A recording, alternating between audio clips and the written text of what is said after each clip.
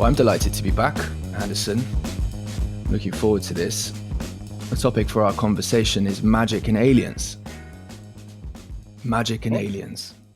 I too am quite excited, and as always, thank you for having me. Much appreciated, and happy to delve into the weird. Yeah, me too. So I know that magic has a lot more, if not salience, then it speaks much more to your history of inquiry and knowledge basis and interest. But aliens, to some degree, are there too. I'm interested in the links. From those words alone, magic and aliens, how would you begin to frame how you make sense of these phenomena? Okay. Right off the bat. So it depends what you mean. That's an easy answer. It depends what you mean, Tim.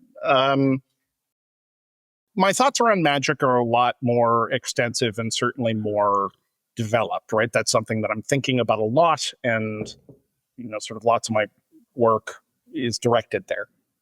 Aliens are something that I had a strong interest in at a certain period. I'm very much in that sense, I'm a child of the X-Files era, and when the X-Files hit, I was maybe slightly miffed, actually, in a hipsterish fashion, that this stuff was entering the public discourse, because previously it was the domain of protected trivia or something, So a little bit about that, but I'm not super current on that aspect, like you said.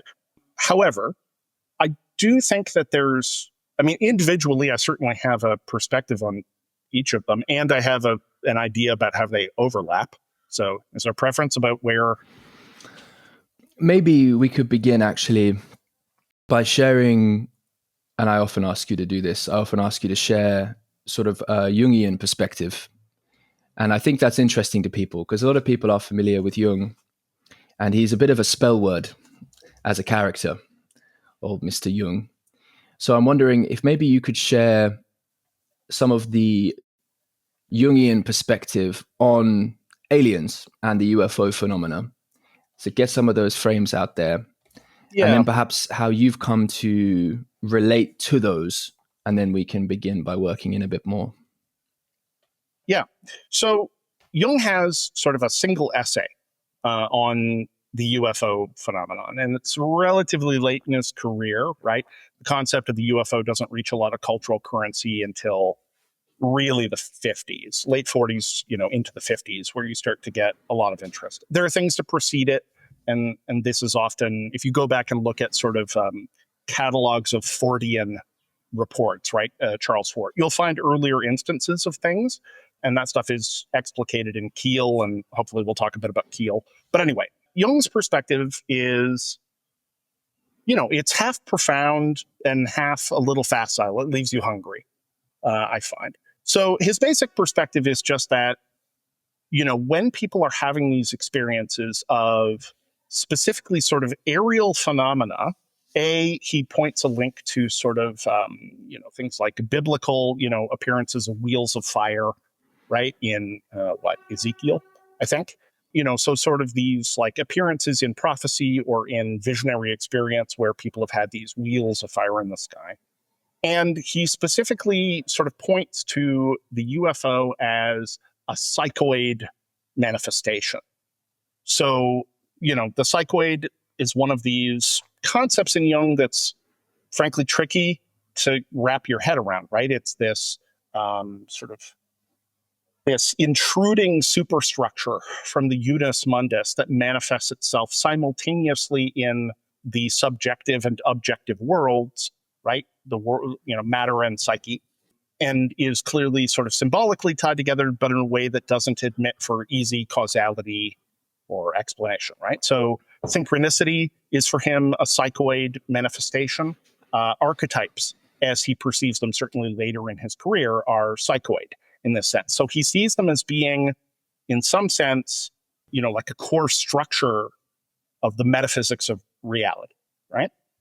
And so he discusses the UFO as this sort of psychoid content, right? That something that's psychologically charged in this way can manifest itself in the world. And by drawing his link to religious and visionary experiences, he's, attempting to show a sort of pedigree, obviously, of these kinds of experiences that you see in various forms of sort of documents of revelation, including I had revelations, but also, all sorts of Gnostic texts and alchemical texts and so on.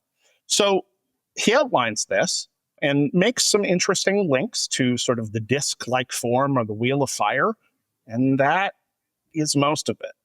He doesn't drill in deeply. If I recall correctly, and it's been admittedly quite a while since I've read this, I did an event on it once, which was one of the reasons I did such close reading of it at the time. So we, discussed the paper, and then I think went to a screening of Skyline, which was an appallingly terrible film, but was the only thematically appropriate thing that we could find in theaters at the appropriate month. So, yeah, his take on it is interesting and in some ways quite radical, because the notion of the psychoid is radical, and because he's proposing a potential metaphysics, it's quite radical. But exploring the kind of implications of that falls a little short, in my opinion. And I think he does possibly make some kind of reference to, whatever, the stirring in the collective unconscious of Cold War horseshit and whatever. But the core thing is basically that he links it through to the psychoid, and he links it through to these kinds of wheels of fire type experiences, and says, see, look, the contents of the mind or the psyche or the psychoid do in fact manifest in the world, right? And this is an interesting instance of this, akin to, whatever, visitations of angels or the Virgin Mary appearing over a fountain, or, something else of that kind. So that's rich, in my opinion, but you have to dig, right? You have to dig. You have to work out the implications in some sense yourself. And the essay itself is relatively brief, and maybe that just means it's really packed in there with gunpowder. It's got to light the spark, but it doesn't explicate a lot of that by my recollection. Yeah. So something that's interesting to me about the whole topic of aliens and about the topic of magic. And yet I do recognize that some of the people who are more serious about aliens and UFOs, UAPs would share this in common with the people who are serious about magic, and that they would see themselves as in some kind of active relation. The kind of magic I'm interested in is the kind of magic that is not just an appeal to some sort of basic desire for the momentary will to create beyond myself or something. If only I could bring into this house a big bag of money, just like that, like actually just make it appear in a puff of smoke or something silly like that. Right? We spoke about magic quite a bit in our last conversation. And similarly with aliens, much of the way I see that subject brought forth in culture and as people express it in their lives, it's often something that can be discussed almost entirely in the realm of kind of entertainment, something a little bit removed. It's something that just sort of happened or happens. I don't have to have any kind of participatory relationship with it. It's almost by definition that which not only is beyond my understanding, but it's also expressed in a context that is explaining it in a way that makes it almost impossible for anyone to participate in the understanding. That's kind of the key. There's something about the invitation to understand, which almost isn't a true invitation, or at least it's laced with other energies. It's laced with, no, I actually don't want you to come too close. We actually can't be too intimate about what we mean with this. because there's a lot of sensitivity involved psychically. So somewhere in there would be a much more clarified way to put that, because I would just note that passivity, which was one of William James's marks of the mystical, for instance, the experience of, whether it's a kind of overwhelm isn't quite right, but that something greater than, or I can be open to, or my experience can be flooded with phenomena and quality that I am sort of bound to be a witness of, but am not consciously conjuring myself. Something in there like that is in fact like relevant. I'm not sort of wanting to throw that out as a sign of, well, nothing to see here sort of thing. But yeah, there's something in the way that the weird can be tended and invited in a manner that supports a participation in understanding, and that more often than not seeks to kind of overwhelm and force someone's too inadequate understanding on someone else. The government, it's all the government, it's all this thing, it's all that thing. This is what happens. This is what we have to do. So I'm curious what you think about that throughout the theme of this conversation. How can we actually stay open to thinking and perceiving, and also actually cultivate the capacity to think and perceive with rigor and clarity about this? It's very, very tricky. I've been to some deep places in my own contemplation with this, but I recognize the delicacy about bringing it out, and I want to bring others along for the journey. So that's why I ask you sort of these framing questions to begin with. So I'd probably ask you there if your thoughts about, for instance, Jung and aliens have developed, but as well how you approach magic and how you've been able to meaningfully relate to that. Okay, so, there's in some sense a general procedure that I try to apply to most instances of anomalous experience, right? So, rule one that I try to bring to bear is, to really work to have active open-mindedness and a profound sense of intellectual humility, right? To not get caught in sort of the illusion that we know more than we do, or that, to get stuck in a fixed notion of how knowledge operates, right? Like the idea that we have it all figured out is just anathema to science, right? Science, and that doesn't mean that we don't improve our models, but it's a good deal more complicated than that, right? See Structure of Scientific Revolutions, Kuhn. So cultivating real intellectual humility, right? Like, I don't know. Okay, so that's step one. That's baseline for all of this stuff. The next question usually I'm asking with any anomalous experience is, what are all the sort of broadly potential positions that I could take? So if I'm holding this lightly, like how many different facets can I take in the interpretation of this thing? So the first lens that I apply usually is some version of it's a medieval theological distinction, and it's lunatic, liar, or lord, right? So the idea is, if you believe in a historical Christ, which they did, do you assume that he's a madman, a liar, or the real deal, right? It's a good question.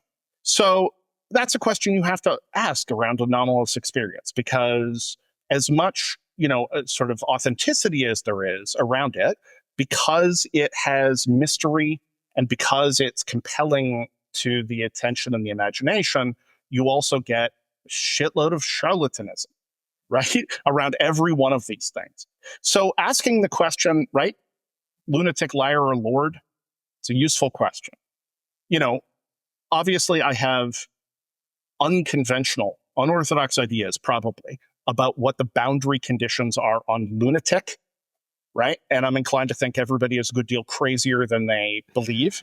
So there's that. And I'm very aware, Ray, cognitive science, of the way that our reality is a hell of a lot more, or a hell of a lot less, rather, rational than it is constructed in a way, right? Like, hallucination isn't the anomaly. We're hallucinating all the goddamn time. Hallucinating things that aren't just wallpaper in the gaps of our experience that blend in that's the thing that catches our attention. Regular hallucination does not, right? So the hallucination you experience all day around your visual blind spot in your optic nerve is unremarkable to you, right? And various forms of change blindness, biases, or, whatever, right? Motivated reasoning. So the blurry boundary around lunatic is a question for me, which basically brings it down to the question of like liar or lord, right? And usually it can be hard to distinguish those things, right? You can't always take at face value. People are inclined to inflate the size of the fish that they caught. Details get shaved down and amalgamated. We know memory is imperfect and reconstructive. 49% of eyewitness testimony is wrong. Like, you have to engage this stuff. And if you are also speculating that what you're dealing with may at some level be at least partially a psychological kind of event, that makes everything messier. But you can usually tell when somebody is, if you really dig in, you can kind of tell when somebody has had an authentic kind of experience, something that generally mystifies them, right? And is just like anomalous to their experience, and they don't know what to do with it. The problem with these kinds of anomalous experiences often is that they're, in some sense, they approach the pataphysical. Are you familiar? Do you know this term? No. Okay. Pataphysics is a term that was coined by the surrealist sort of Oulipo author Alfred Jarry in his Per Ubu books.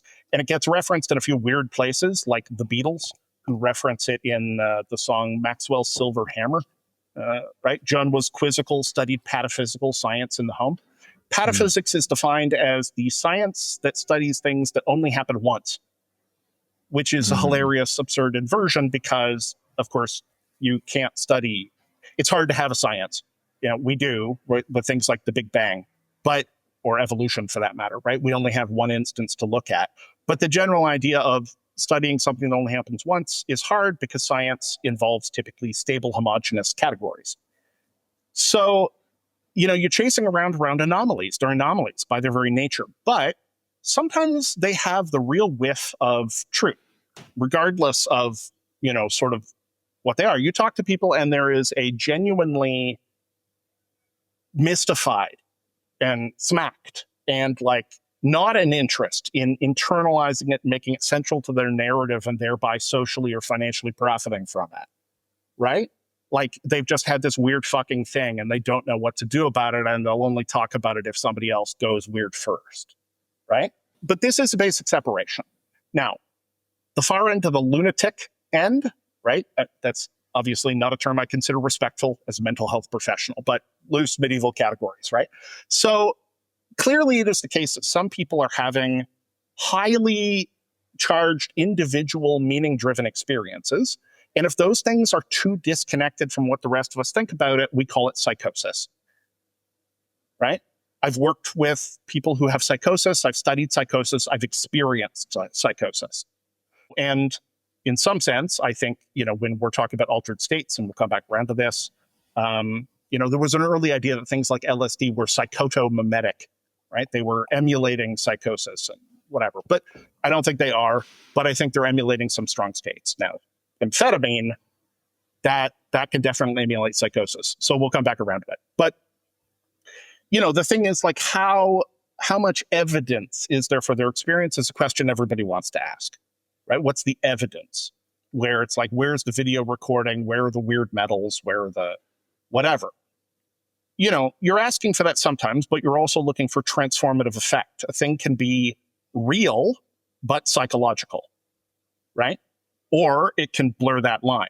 And a lot of the time, this has to do with, and this is why I earlier referenced Charles Fort, right? Charles Fort was this sort of thumbing his nose chronicler of the anomalous. He just liked to collect news articles from all over the country and all over the world that were like, look, blobs of jelly rained on a town in Wyoming, and look, frogs fell from the sky in this place, and look, like all this weird shit is getting reported everywhere, and it's all too weird, so it doesn't get talked about. But when you have the sheer mass of it anecdotally, the idea that a massive anecdote doesn't become data is complete nonsense. It's horseshit. Of course it does, right? So a good example of this, terrific book called The Third Man Phenomenon. And Third Man Phenomenon is a report of presence. Okay, so it's all these people who in various extreme conditions, Arctic explorers, this kind of thing, would be alone, maybe one or two people, and they would begin to sense a third presence. And often they coded it in religious terms, right? So they would code this as an angel walking alongside them as they trudged through the like endless white frosty wasteland, right? Being hunted by bears or whatever. Or they coded as Christ-like or something, right? Typically they coded according to whatever their background is.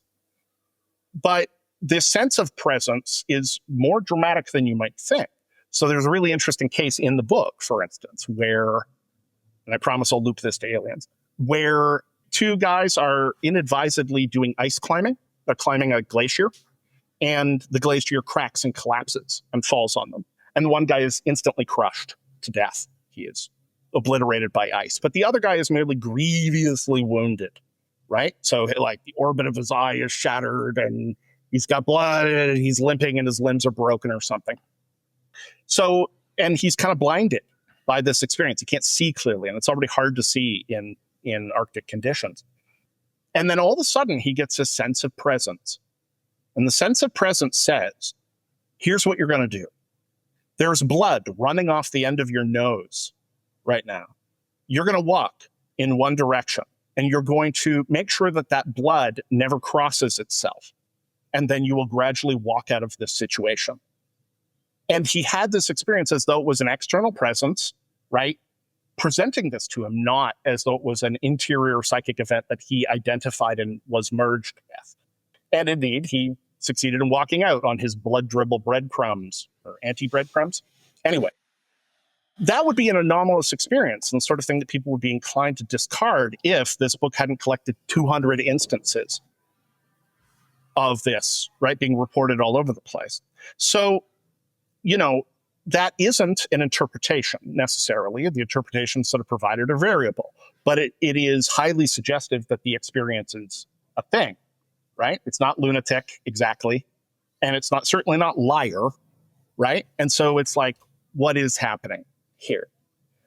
So then the third thing is, if you assume that this is a thing that happens, an experience that people have, right? Then you apply epistemological openness and you hold it very lightly and look at potential interpretations. So the baseline is the simple one. Aliens are visitors from another planet, and they come here in machines of some description, or they possess some other technology, and they have flown vast distances to come to this particular backwater. And why? Who knows why? Maybe to assist us in joining the cosmic coalition, maybe to shepherd us through a period of immense, ecological and potential nuclear devastation, maybe to scoop us up out of a random cornfield so that they can replace our organs with nanorobots or something, maybe to impart lessons. Like when you start to read all these accounts, there's profound variation, but also a certain commonality to it, right? So, okay, maybe they're aliens. There are objections to that. Among them that, at least within the boundary of what we know about physics, it seems both wildly inefficient and technologically extremely difficult to travel these kinds of distances, and why bother, right? The answer to that a little bit is in the Fermi paradox and the Drake equation. And the Fermi paradox isn't really a paradox, properly speaking. It's a paradox from the assumptions of the Drake equation, like a quick and dirty back of the envelope calculation about how many stars there are and how many might have planets and how many of those planets would be in the Goldilocks zone and how many in the Goldilocks zone have had sufficient time for evolution based on the duration of their star, and thus how many of those hit the evolutionary sequence necessary to get past bacteria, which in fact rule the planet, And then how many of them develop advanced intelligence, and how many of them develop that intelligence to technology, and blah, blah, blah, blah, blah. And the thing is that the universe is just so goddamn big, right? That at a certain point, you're like, well, even if it's, 1 in a million on stars, that still leaves a lot in our neighborhood. So where is everybody, right? And there's a funny interaction there, because where is everybody is like, well, why don't we obviously see them? Why aren't we receiving a very clear-coded Jodie Foster and Contact style message that we can decode in a math that says, here we are, And of course, lots of people will claim, well, they don't want us to freak out, or they made a deal with the government, or the government is trying to keep it quiet, or they're actually malevolent, and so they want to have time to build their base on Earth. And it's like, okay, why? Water isn't that uncommon, so they ain't here for that. Sorry, M. Night Shyamalan. That is not why they're here. Also, if they were allergic to water, why invade this planet? But anyway, leaving that aside. So it's not that. If they have technology that can traverse these kinds of distances, then it seems like it would be trivial to simply destroy us if that was their aim. So that doesn't quite make sense.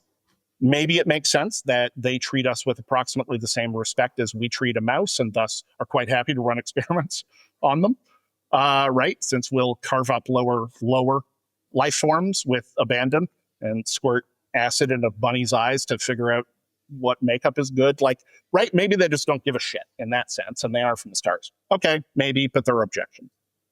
Alternately, theory I've always liked, time travelers, it's us. And we've come back to the period before we fucked everything up, in a desperate attempt to, warn ourselves off of a dark path. Okay, maybe, but that's pretty speculative. And you start to dig in on time travel. There's some neat stuff in there. It's an entertaining afternoon, but I wouldn't call it strong evidence. Then there is an idea that I do find quite appealing, and I think meshes with the kind of archetypal account quite well. So this is the idea that they're in some sense interdimensional. Now, what does that mean, right? We always have to ask, like, well, what are we talking about here? People throw dimension around as a term for lots of things. And like in the technical geometric sense, DMT does not represent a dimension. That's not what dimension means. But that isn't quite what we mean when we say it. We mean something like an alternate order of being, or something, a form of being which exists in parallel to our own normally experienced extensive 3-dimensional/4-dimensional reality, and can somehow intrude upon that or be accessed, open a portal to another dimension, or this kind of thing. So you can already see what sort of, and we'll come to the DMT stuff, I guess, because that's rich. But, the idea that they're interdimensional in some sense. All right. So these are actually, they live here, but like 2 steps sideways. And so they're exploring because we're already here. And right, why not? There is an extension of that comes through John Keel, who very much was a kind of Fordian inheritor. And he wrote, probably his best known book is The Mothman Prophecies, the Mothman Prophecies, which the film is so-so and has Richard Gere and feels a little ill-fitted. But the book is quite interesting. And he basically highlights something that tends to get smoothed over in most of the accounts that you hear from people who have ostensibly had some kind of direct contact, right, of a close encounter of the second or third kind, right, which is to say, like, direct interaction, not just seeing a light fly by, but like direct interaction of some kind, right? Close encounter of the third kind means encountering these beings in some way, not just their ships and the effects thereof. And what he does, and frankly, he may be playing fast and loose with the truth. It's not easy to figure this out, right? But nevertheless, he paints a somewhat compelling argument, drawing historically, about the weird aspects of a lot of this stuff. So if you read his book, it has some of the trappings of what you would call a conventional UFO story, but it's all weird and Fordian. So like he gets these weird phone calls at his motel room from a buzzing voice that identifies itself as Indrid Cold and tells him things about the future. And it seems to be toying with him in some way. There's all these aspects of weirdness around it that seem to be toying. And what he does is he draws a link from that to historical encounters with alienness, not necessarily construed as spacemen, but rather things like fairies, spirits, genies, gods. Now, all of that stuff falls squarely into the archetypal, right? It's easy to talk in archetypal terms about those things. And he basically has this idea, what he calls ultra-terrestrials. So the notion is that these are legitimate beings in some sense, right? But that they exist dimensionally in a superior fashion to us. And their seemingly supernatural abilities or manifestations or whatever, their ability to screw around with causality and so on and so forth, are a function of the fact that they're just operating from a higher plane, right? When we put a cockroach in a maze, we can see exactly the path it's going to take to get to the exit, even though it cannot. And so in some sense, they're looking down on us. But at the same time, they're looking down on us like we look down on a cockroach in a maze. Like sometimes you're interested in how the cockroach might run the maze. Sometimes you might be interested in, I don't know, fucking around with the cockroach. And sometimes you're interested in destroying the cockroach. And that, you know, there's a dark trickster kind of energy to a lot of this stuff that's very slippery and weird and doesn't easily fit in. So he sort of encounters it as a projection. It's like the medieval fairies updated, right? It's an idea that's been picked up in a few places. So maybe there are aliens. I mean, it makes sense to me that there would be space aliens, right? Beings around other planets. I worry about the Fermi paradox because I'm concerned about the bottlenecking. So you know the bottleneck problem? Right. Right. So, you know, this is why anytime we start to find evidence of life on some nearby world and people start, oh boy, there's life nearby, I think, oh God, right? Because we actually want life to be rare, right? The rarer life is, the more likely it is that we've already gotten past the bottleneck. But the more common life is, the more likely it is that if life is common, that the bottleneck is upcoming. And what is the bottleneck? What stops people from talking? And maybe we just don't know how to listen. You know, we need to listen in gravity waves and we're 100 years behind or something. Who the hell knows, right? But the idea that there might be something which is a kind of presence and being, right? An encounter with an entity. As soon as we start to play in that territory, if we treat this like other encounters with entities, well, then we're very squarely into the territory of magic, psychoid technology, and frankly, psychedelics, right? And I think we have a lot of robust material that's hard to digest in that space already. So there's a part of me that wants to apply Occam's razor and just be like, yes, obviously, these are psychoid events. And certainly some early career stuff that I had with Michael Persinger, you know, tilted me in that direction. Do you know Persinger? No. Do you know his work?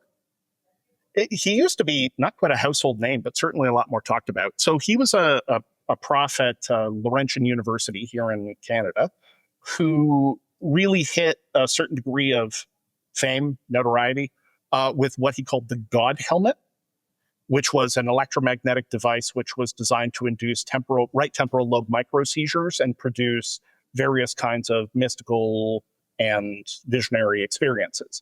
And he specifically could trigger abduction type experiences.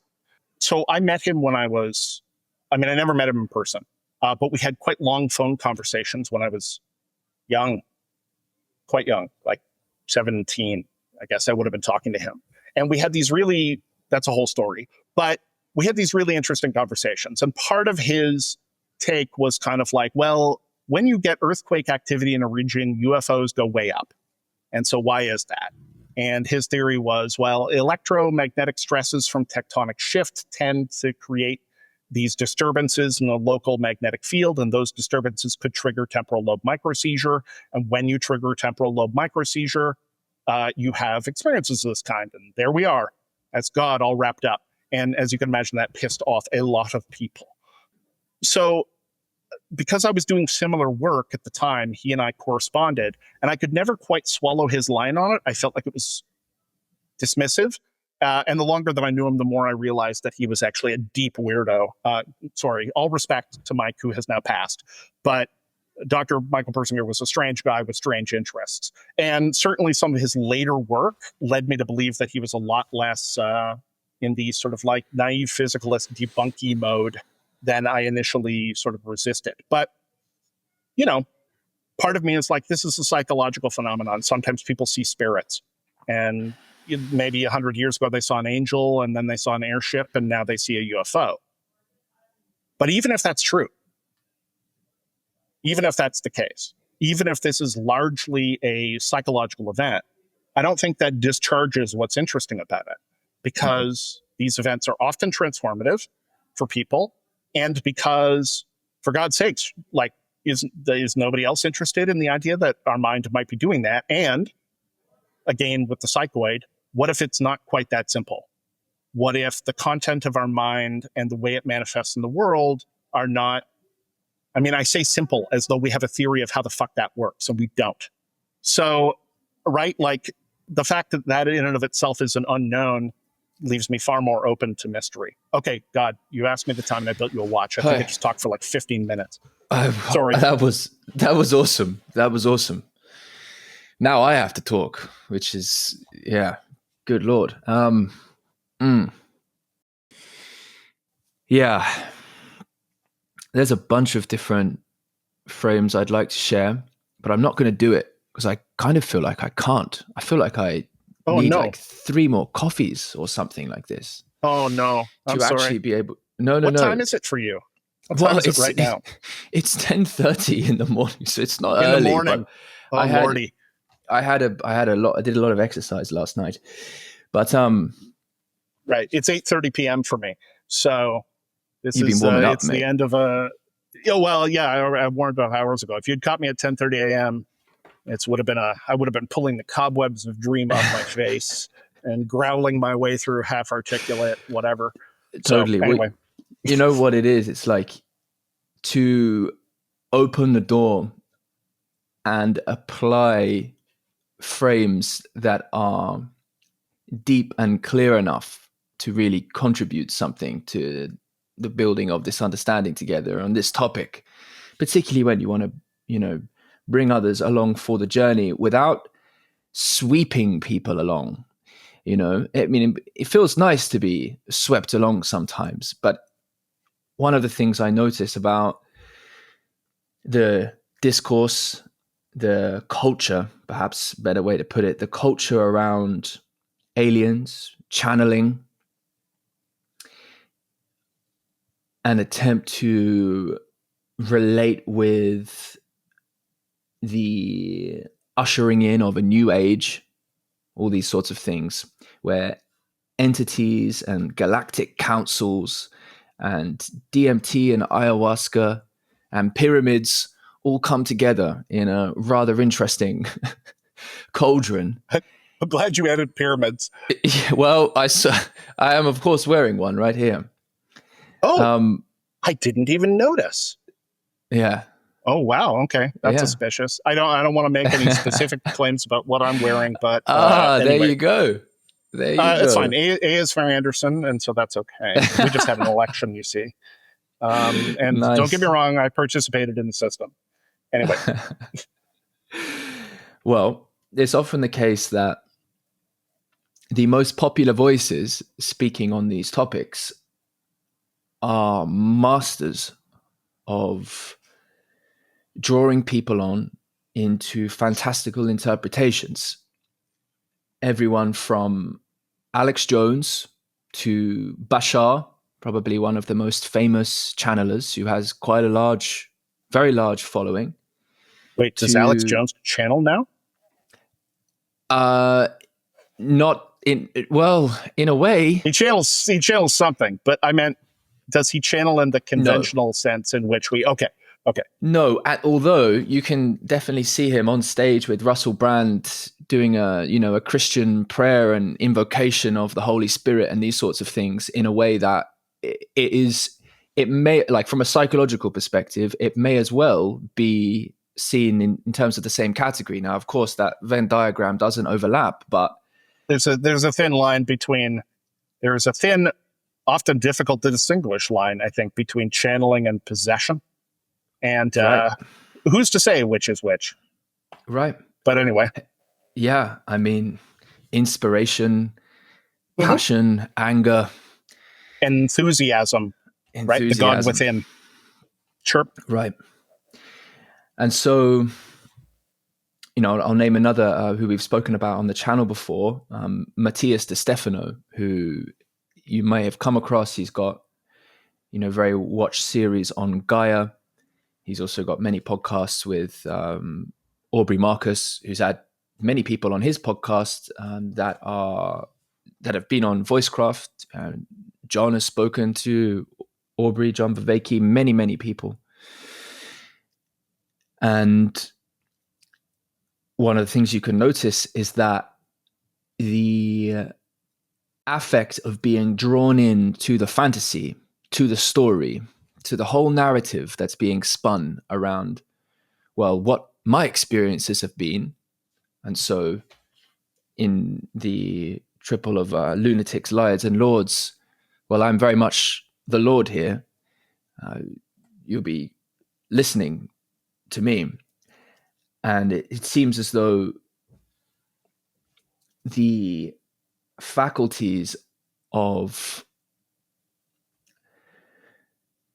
any kind, like the active open-mindedness, aren't quite present. It's a kind of passive open-mindedness.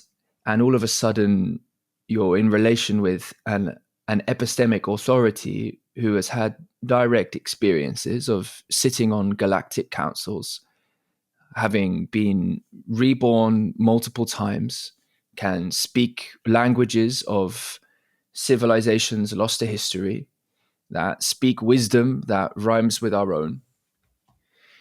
And that's a tremendous amount to receive. And yet, also, what must be metabolized, at the very least, is the unbelievable extemporaneous creativity and, for the most part, consistency of the capacity to tell stories which have a deep, perennial, illuminating qualities. But of course, human beings have been doing this for a long time. And there's a reason we can use the word perennial, even if we have to be a bit cautious with it. Sure. Yeah, absolutely. And I think that's possibly something which the more reading and study and deep inquiry one does, one can quickly come to the realization of just how many remarkable people and remarkable capacities human beings have to tell stories and understand and come to similar perspectives about topics of ultimate concern. And of course, we have thousands of years of theology and all this type of thing, right? There's so much knowledge and perspective there in the world that dressing it up through costumes which signal epistemic authority, well, naturally, there's going to be a space for that. And yet, there seems to be also present, not in all of those I've named here, but to some degree, at least to some face of the psyche as it manifests, an authenticity and an honesty. Now, the way we can bullshit ourselves, be at odds with ourselves, present one side of ourselves without knowledge that another side exists, or perhaps that we can suppress in various contexts, is of course tremendous.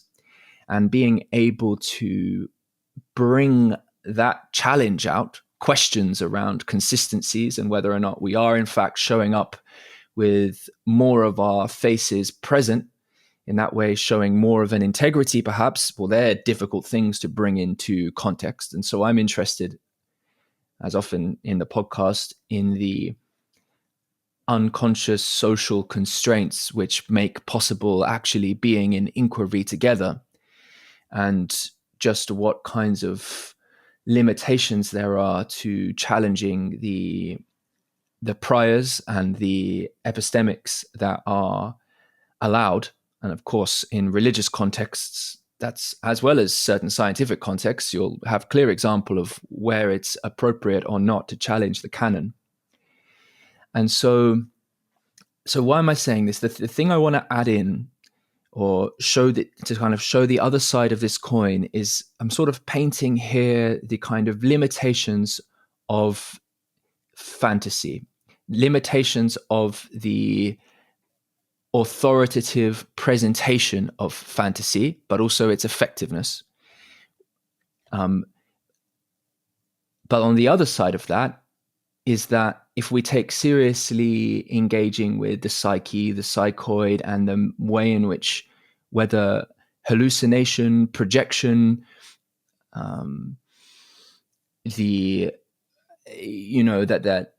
the encounter and the apparition of different entities and ways of seeing, as well as the content seen, we are in a sense also relying, like we're looking through fantasy in our very effort to understand reality.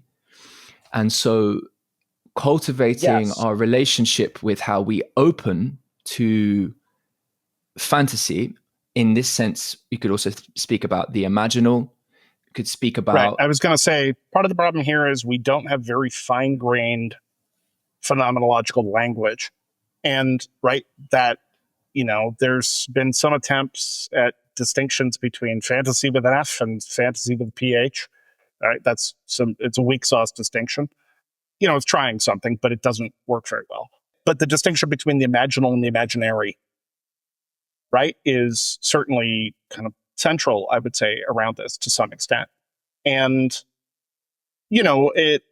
so many of these things require a broadening of a sense of what the word real means.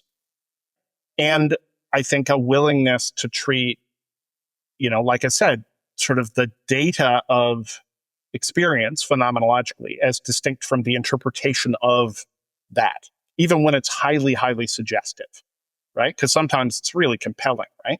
If you've ever had, strong DMT experience, what do people report? Breakthrough entity encounter, familiarity, sort of ontological density, and often a sense of the obviousness of the immortality of the soul, right? And let me just add in there something that I'm curious to hear you incorporate, or if you've related to. I've encountered many, many people now who started channeling after very intense DMT plus some concoction of psychedelic. Often, with the story, I accidentally, in quotation marks, but it never seemed so accidental to me, took like 5 times more than I should have. Right? Yeah. Accidentally, typically in the sense of maybe I was already under a slightly altered state and I went through the various yellow flags. I'm no stranger to that. But it's very common. It seems as though, so what do you think's going on there? Because you could say it's an opening up of capacity. In another sense, you could say there's potentially a real reduction in capacity. Sure. Yeah. I mean, okay, look, there's a sense in which, unfortunately, any subject of this kind that we come at, I'm ultimately going to go, well, who knows, really, right? Because I really feel like that is sort of where things have to ground at some level, right? So, and then permitting a multiplicity of interpretations that you don't get too stuck. Because you're right, there's a huge narrative power to it. And sometimes that could be completely benign and largely unconscious. And sometimes it can be cult leadership, right? And using this stuff, much as what we talked about last time, when we were talking about the feigning of synchronicity, right, by data structures and how that's potentially dangerous, right? It potentially hijacks. So, so ultimately the answer is always going to be, but okay, fine. I will speculate out and I'll just put it out. channeling, okay, all altered states in general are weird. They're weird. That's the whole point of them, right? I mean, sometimes they have utility, which is to say that you microdose mushrooms or take some mushrooms because you need to clear out the storm cloud in your head, or you smoke pot because, let's be honest, it makes things funnier. It makes a shitty movie slightly more interesting, although not shitty. It does not unshitify a film. And makes food taste better. Like, these are easily accessible reasons why we reach for certain altered states. But altered states are also weirding, right? The more altered states you encounter, the broader your internal parameters about your assumptions about how your experience can be constituted become. And I think that's one of the great benefits of them. They illuminate portions of the potentials of being that one might not have access to. One of those things is entity encounter.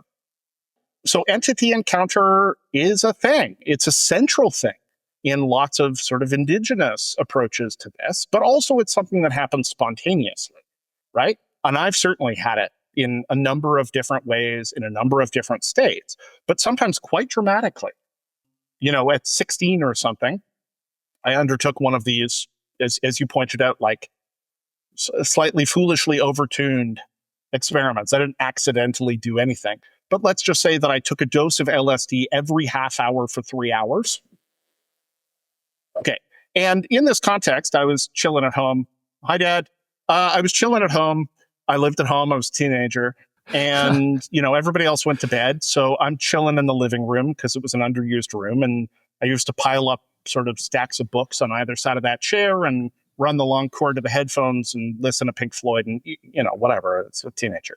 So this particular night, I was like, well, I'm going to drop a shitload of acid. And I don't think that this LSD is especially effective. I don't like taking it at parties. I think that's asking to stick your finger in a light socket, at least for me as an introvert. But I was like, let's go. Like, bring it on, right? With the brashness that only a 16-year-old can have. Now, in this particular instance, I didn't get burned, but I did have a signature kind of experience, one that left a real mark on me. So at one point, I was reading the comic book, the graphic novel, if you prefer a little more snoot in your description, but the comic book, Like a Velvet Glove Cast in Iron. What are you trying to say? Daniel Close. I'm just saying, I think graphic novel is a dodge. Just admit what you like. There's no shame in it. It's fine. So saying graphic novel seems to me like a dodge. Just call it what it is. Sorry, that wasn't aimed personally. It really wasn't. Oh, that's okay. So it's just you just encountered one of my hobgoblins. That's all. So so fine. So I'm sitting reading Like a Velvet Glove Cast in Iron by Daniel Close, which is a profoundly disturbing and absurd piece of fiction. And like, it's disturbing. I don't know why I chose to read that. But anyway, I was daring this particular state, right? Which is one dose every half hour for 3 hours as a reminder. So we're looking at 6 standard doses spread out to maximize the length of the peak. Anyway, so at one point I see a big spider crawl by on the baseboard. And I know that lots of people hate spiders with a burning passion. And I know that Australia, unfortunately, has 8 of the 10 most venomous species in the world. And I do know that that affects local psychology, because I was once in the company of some Australians. And when I stood up on a stool to reach into the back of the cupboard to get a wine glass, they both gasped. And I said, whoa.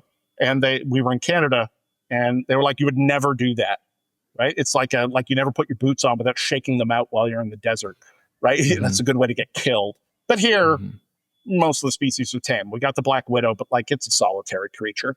I have always loved spiders. I think that they're beautiful creatures and dangerous, and I've always had a certain affinity to them. So whatever. So the spider goes by on the baseboard. I am well into the stratosphere, and so I simply say to the spider, I bid you good day, and no harm is meant to you, and go on, my friend. Like, go about your business, whatever. Like, I'm not going to mess with you, whatever. Whatever, the spider crawls off. And then about 20 minutes later, I was reading this comic, and I become aware of movement in my peripheral vision. And I'm in the living room, and like I'm still very aware of being spatially localized where I am supposed to be, right? The walls are not melting. I don't think that I'm in Xanadu. I don't think that I'm on the Marshmallow Planet. Like, everything is quite stable in that sense. But I look up, so I see peripheral stuff, and I look up, and there is this. So you don't talk about this stuff normally.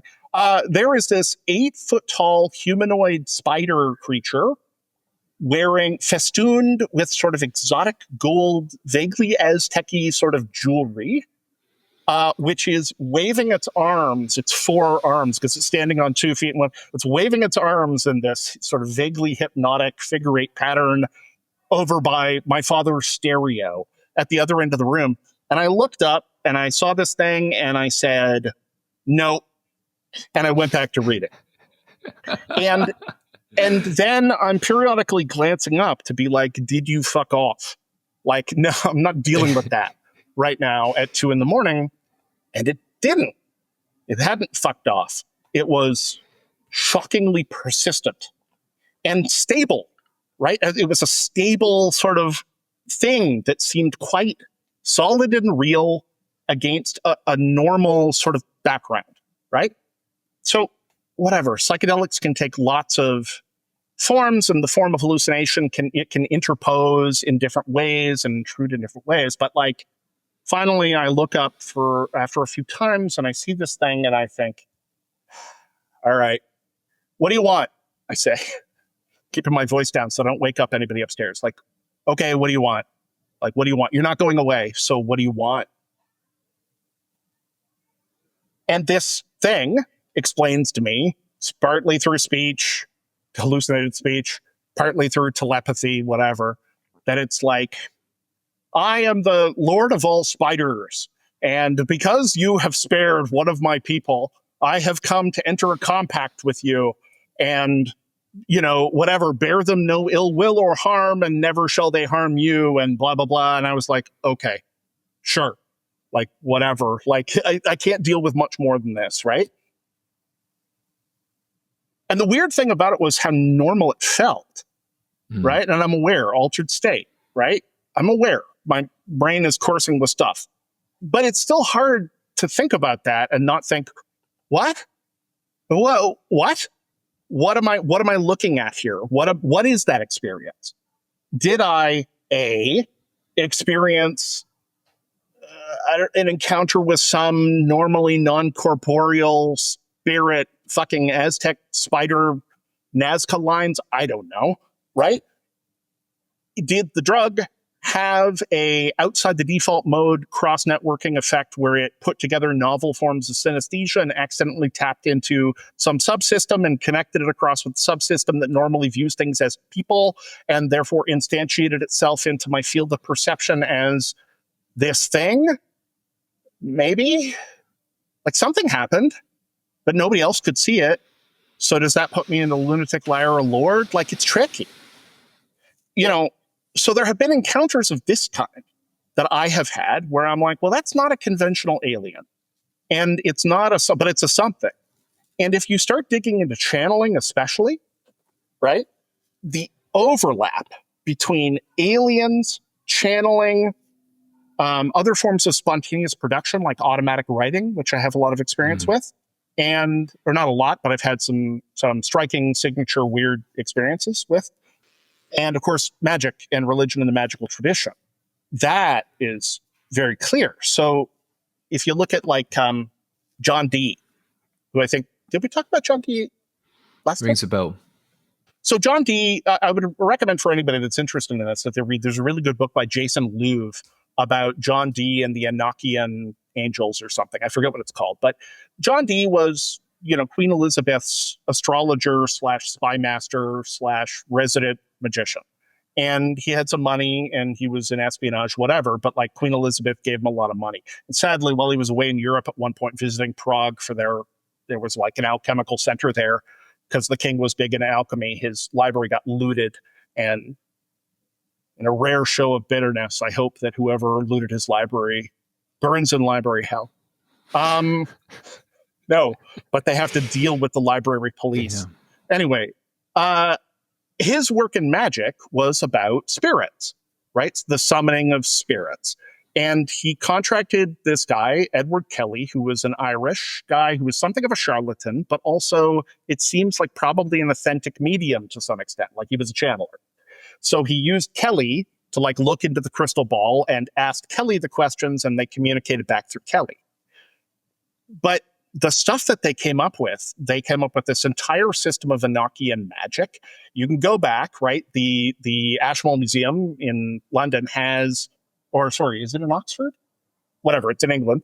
Has, of course, all of this stuff that they have of John Dee and these communications he had with angels.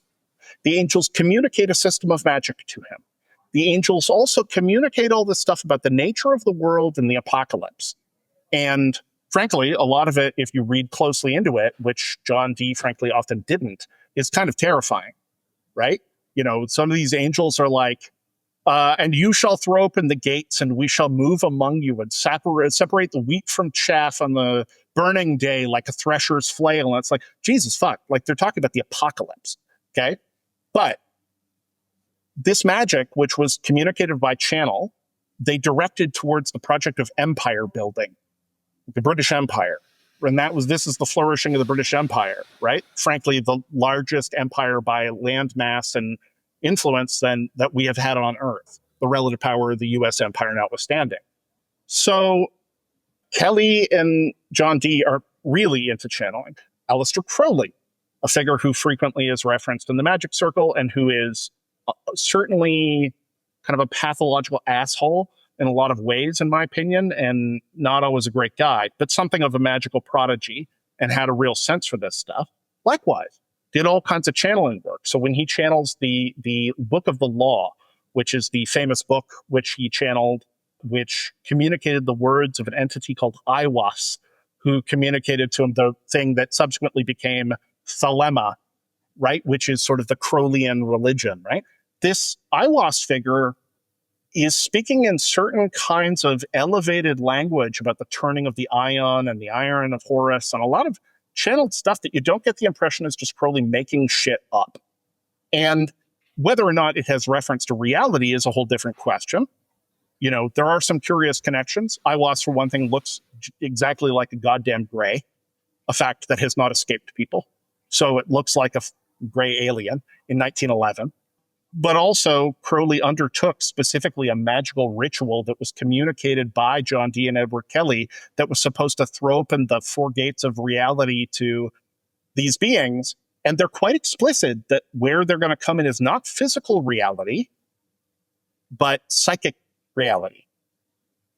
And that is just outside most of our metaphysics, despite not having actual coherent metaphysics to explain lots of this experience. So I think the Louvre, it may be Jason Louvre who made the point that is a slightly terrifying idea that this working was completed on the eve of World War I. And basically, up until now, pretty much all of history and geopolitics has been, you know, a series of sequel chapters and footnotes to World War I. So, you know, what's that? He communed with a thing, and it kind of looked like an alien, and it gave him a sacred text, like a lot of them do, and he used it to form a cult. He used it to form a sex cult, classic. I must say, I've approached John Vervaeke a couple of times, and we've talked about finding a time. I want to record a short series with him called How Not to Become a Cult Leader, which I think is a funny idea. But anyway, Crowley was a cult leader. So, you know, he had a sex cult. But, like, it's clear that some people's experiences in this domain are not manufactured. They're not lies. They're not making it up, not consciously anyway. Yeah.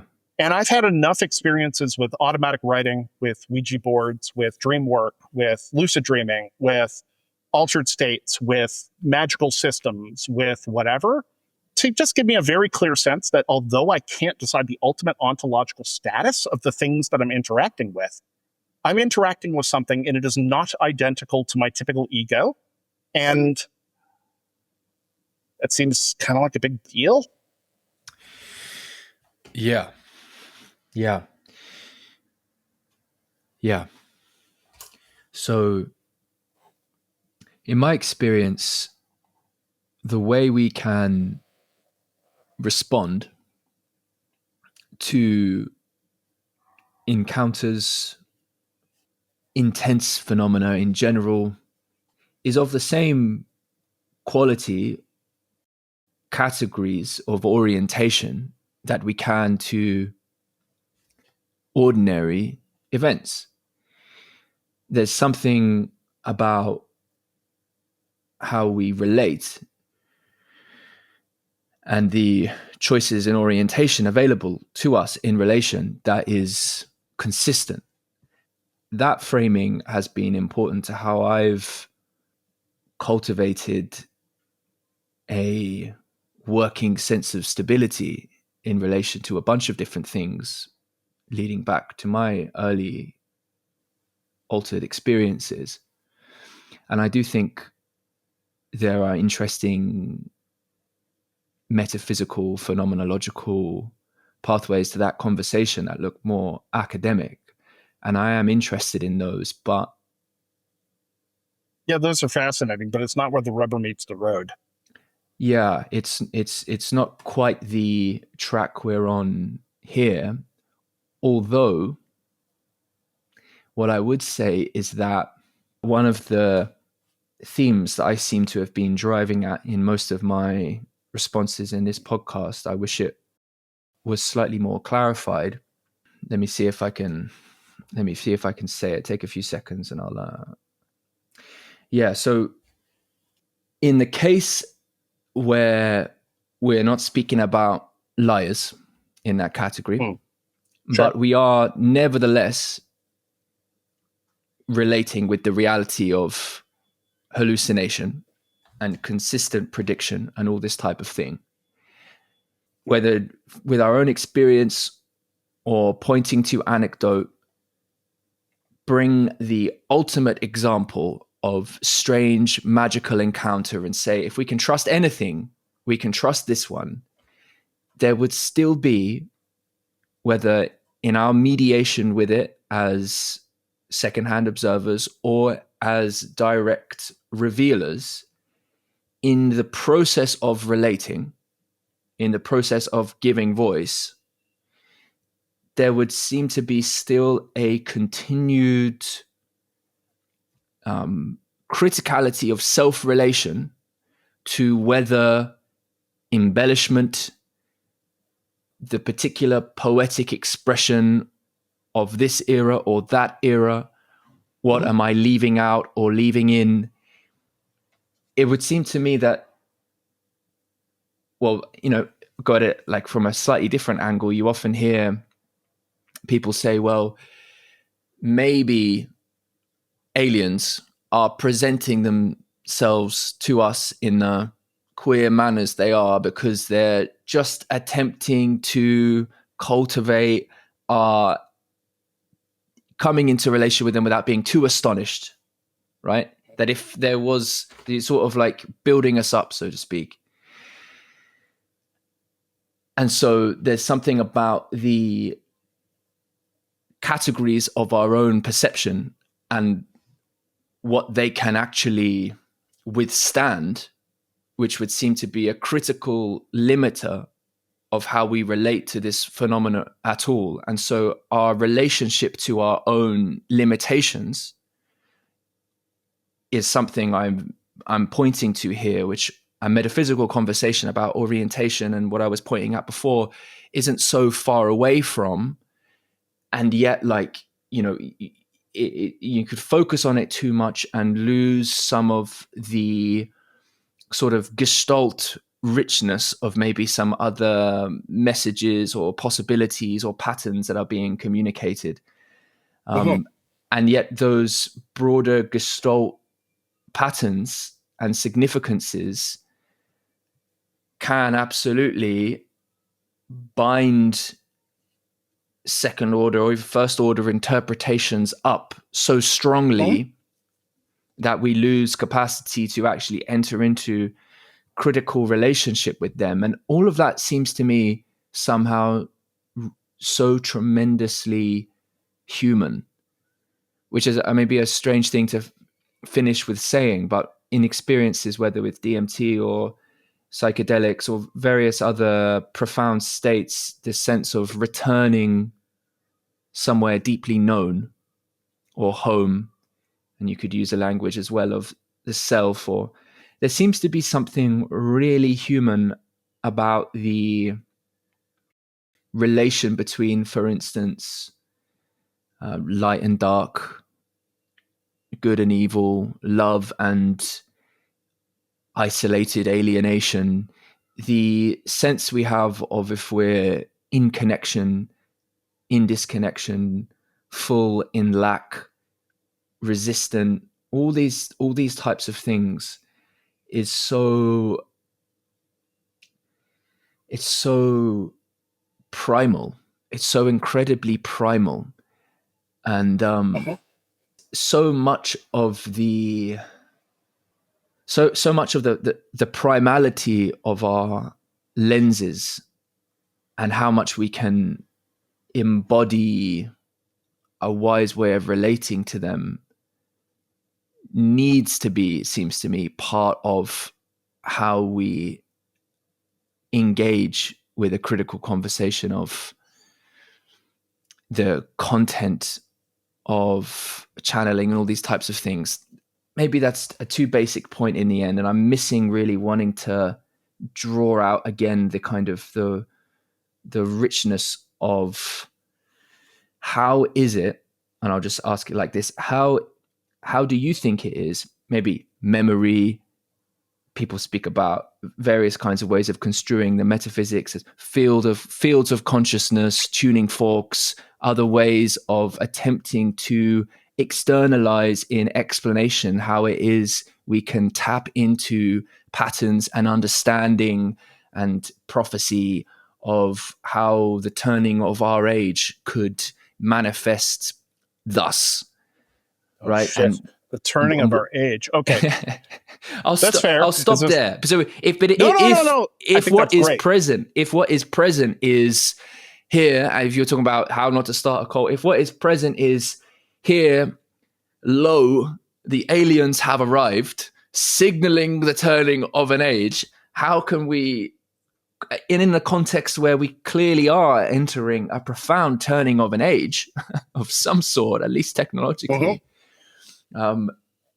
then what constitutes a critical way, not just of analyzing after the fact, but a critical way of engaging with the channeling itself, engaging with the conduiting of the perception into expression. It's that the bridge making aspect of the channeler, rather than necessarily just the content as well. It's super interesting to me. Okay, so I mean, one thing is, if you look at visionary experience or mystical experience, this is an area where, traditionally, John Vervaeke and I, for instance, disagreed. He believed that those experiences were process forward and content not irrelevant, but like a distant second. And I did not agree. Even though I agree with him that the content is suspect at some level and it's absolute, right? Like, look, Buddhists don't have visions of Christ. Christians don't have visions of Buddha.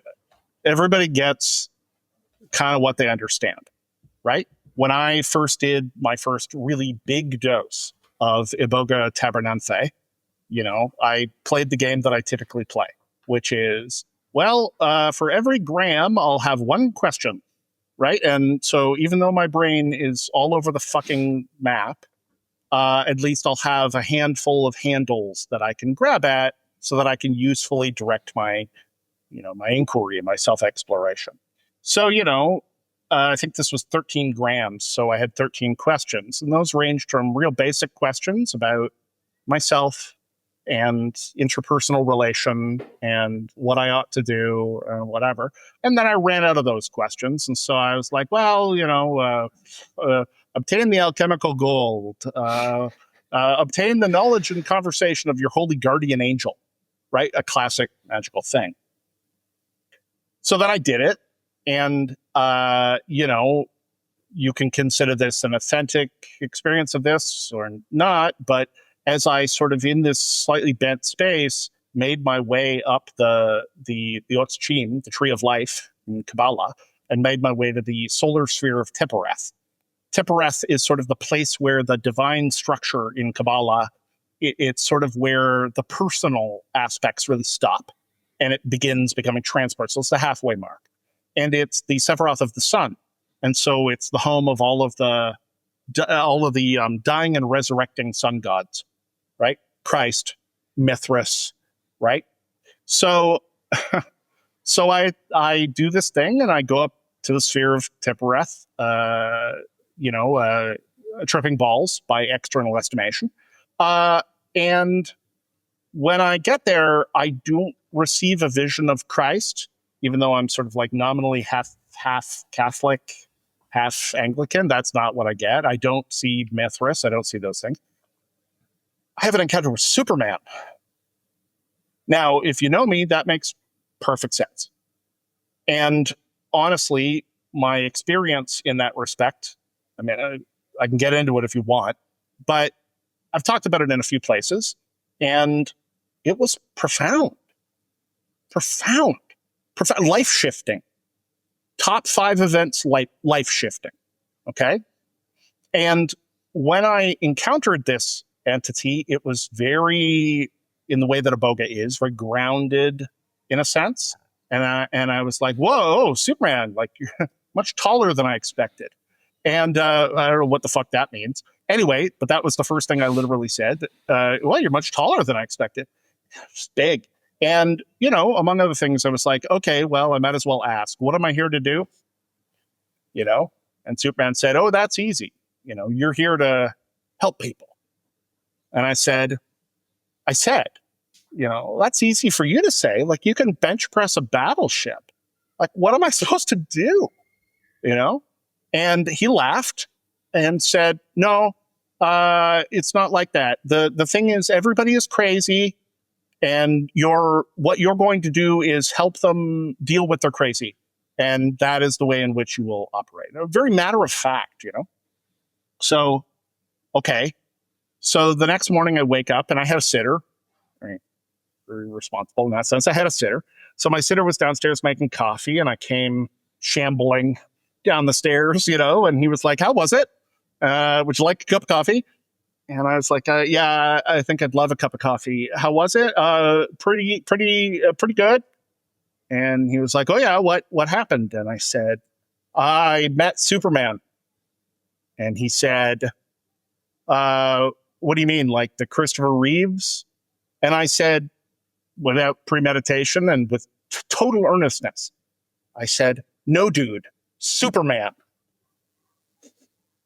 And when I attempted to explain this to him, I was lucky enough to have friends that got this kind of thing. And I spent the day with them, and we were dogged all day by Superman synchronicities, like that they were noticing. Not that I was, they were like, holy shit, like, look, another Superman. And we ended up at this bar that was playing live jazz, and there was a Superman mural on the wall. What bar has a Superman mural on the wall? But the whole day had this glow. They really caught a contact high off of me, honestly. And when we got towards the end of this day, I said, that was an amazing day. And my dear friend, Rory Lavelle, who's a musician, said, yeah, that was one for the ages, right? And they were completely sober. Now, how do I frame this? Why did I have an encounter with Superman? There are psychological reasons. I used to wear a Superman suit under my clothing when I was 5. My grandparents brought it back to me from England. I have some trauma there. Superman it's a psychological touch point for me. As my ex, my last girlfriend, was endlessly curious about being a psychotherapist herself. She noted that it is invariable that if I watch sort of film or cartoon media of Superman taking flight for the first time, I weep. And these are not tears of sadness. I just can't help it. I don't know what it is, but it's invariable. And she was like, that is really interesting. I was like, don't psychologize me. But honestly, I am, interested. There are personal reasons, and I've spent a lot of time working through my complexes around Superman. So why Superman? Because Of course, Superman. So in some sense, it was tailored for me, right? In some sense, clearly there is something which, if not quite perennial, in the sense that like Huxley would use the term in the perennial philosophy, these things rhyme. Like they come with a recognizable kind of quality to them. You might call it this in one language and that in another language, but are we talking about something that at the very least is kissing cousins apart? Like, I don't know. But contrast. Okay, and I'll play this because the reality of Superman is the thing I've spent a lot of time talking about. There's this really weird book by Alvin Schwartz. It's fascinating and I recommend it, called An Unlikely Prophet. And Alvin Schwartz was a writer for the comic books for Superman and Batman in like the 40s and 50s. It wrote for it for 13 years, but then claims that subsequently he was approached by a 7-foot-tall Tibetan guy who was in fact a manifested tulpa, who asked him to save him because he was dissolving because the monks weren't monitoring anymore. And this book goes on until Alvin Schwartz encounters Superman. He claims Superman saves some people on a collapsing like Ferris wheel or something. A profoundly weird book. Lunatic, liar, Lord. I don't know. Weird though. When I think about Superman, I think about things like what does real mean? Real is at the intersection of the predictable and the unpredictable. We take a thing to be real when it confirms our expectations and our priors, but if something confirms too closely, we're suspicious. On the other hand, something that intrudes, right? The thing that when you stop believing in it is still there, like a gesticulating Aztec spider god festooned in jewelry, is also real, right? When you stop believing in it, does it go away? Well, that's also part of our concept of the real, the intrusive, right? But there's a broader sense in which we have to expand our metaphysics. You know, did you love your mother? Yeah? Prove it. How are you going to do that? If you're the kind of person who thinks there's only atoms in the void, and I cannot overstate how behind the science that concept is, but people still stick to it, right? This sort of stripped down nihilist view of like Newtonian atoms bouncing around like billiard balls and Darwinist process grinding us forward relentlessly and like, okay, sure, fine. If you feel like inhabiting that metaphysic, you can definitely do it. I have a philosopher friend who once snapped into the Darwinist metaphysic for a moment and experienced every blade of grass in a field struggling to outgrow every other to get access to the, right? If you're serious about philosophy, you learn to internalize and view through these metaphysics, okay?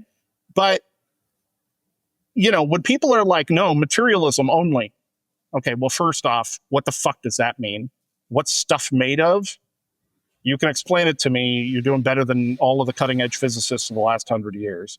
And furthermore, like, what's the relationship to mind? Guess what? We don't fucking know, right? It's called the hard problem. And like, yeah, they're tantalizing hints, but come on now, right? And then you get to things like these people will say like, and that's why love isn't real. It's just hormones. It's just atoms. It's just something. It's like, fuck off. If love isn't, sorry, I'm getting strident, but if love isn't real, what launched 1,000 ships towards Troy? What is this thing that you can reference but can't easily explicate and prove? What does that mean? Okay. More to the point, I think I mentioned to you this experience I had one time. I was walking down the street, minding my own business, and all of a sudden I saw Catholic Church.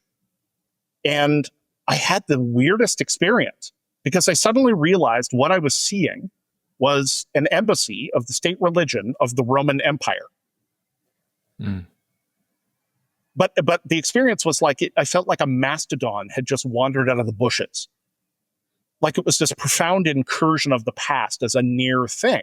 And it's like, oh my God, like there was this story and Christ maybe was a historical person and maybe wasn't, and maybe isn't that represented. But that's not what anybody's been interacting with for quite some time, it seems, unless you happen to believe in the personal religious, you know, or emptying out kenosis and entry, right? There are mystical frameworks and religious frameworks. But for most people, we would normally say, well, they've mostly interacted with story. attempting to internalize the story, rereading the story, right, about this figure. But that story comes with a set of symbols and structures that have successfully replicated themselves across the planet, right? Not just Christians, Catholics, there are a billion of them, right? The structure replicates itself, and it will outlive you and I. It preceded our structure, and it will come after our structure. I'm not Canticle for Leibowitz guy, but I don't think the church is in any danger of dissipating completely as a structure anytime soon. And it replicates itself, right? And this, you don't even have to get into wacky memetics or anything. It's just like, right, that thing over there is a set of structures and symbols that was the state religion of the Roman fucking Empire 1700 years ago. And here it is, sitting on the curb, being part of regular reality. It's very uneven in that sense, right? The past carries through to the present. So if that's true, well, Superman also precedes me. And he will also, I suspect, exist long after I am gone, unless we don't go, because who knows, right? And it's a thing that has influence. Superman is a symbol that is extremely recognizable to people around the world. And he means certain things. He's not, for most people, I think, quite as religious as he is for me. But, and I could go on about that all day, but I won't. But the point is, it's like, well, what does it mean to be real? That had a powerful effect on me. It basically, like, a thing that I used to joke was like, please don't tell the College of Psychotherapists that the reason I decided to become a psychotherapist was because Superman told me to. Right? It falls squarely into lunatic. So, but like, it was a pivot of my life. What does that mean? Right? Is the fact that nobody else would be able to see what I saw meaningful? Is the fact that the other people I was with after that experience did see what seemed to be an uncommon, right? Like, is that just priming an expectation bias? Like I said with synchronicity, I feel like that only gets you so far. But even if it is, then that's significant. So the thing is with the aliens, right? Like with other kinds of intelligences, there's a sense in which, and I think I land on a lot of anomalous experiences this way. Once we discard liar, right, and we assume that there are too many of these reports, too many experiences people are having that rhyme in different ways, at some level, it doesn't matter what the interpretation is, because whatever it is, it's a hell of a lot bigger than our day-to-day reality, and it clearly needs to be reckoned with, right? Yes. Or offers us opportunity, maybe. In that way. No, certainly. I mean, I think needs to be reckoned with for sure. I mean, it's having a deeply influential effect. There's no doubt about that. I mean, right. You could see political elections and what influences them through many, many different frames that I think come together. But I think at some point we should talk about Gamergate, Steve Bannon, Julius Evola, and the frog god Keck, and 4chan. Anyway, There's a lot of magical shit in there that's interesting. But yes. Yeah, big time. Well, I mean, and some of the stuff with 4chan then at the moment, although I don't follow this too closely, but I could see how the proliferation of LLMs have made 4chan, have really changed 4chan about as well. Because, go back a number of years, now, okay, people will say that maybe certain governmental agencies have had access to AI earlier than everybody else. I don't perish in thought.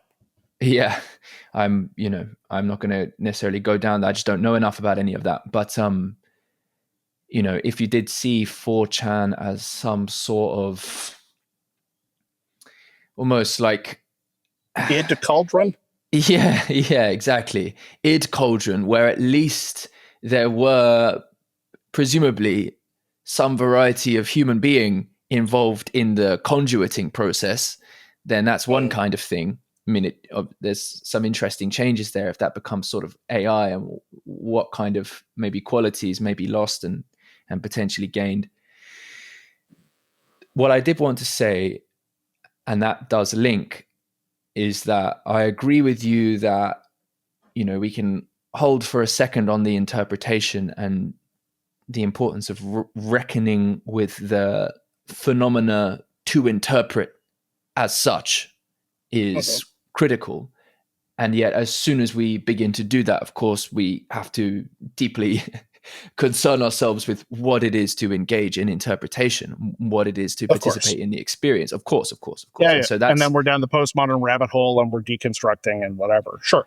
Well, but this is part of the dialogical relationship, I think, between what the only place I feel, well, I would say where I'm consistently drawn to share from in these conversations, because it's something I can at least I can summon the memory of in myself, and I have a sense of the stakes of that, and I would say that it is also the kind of thing that I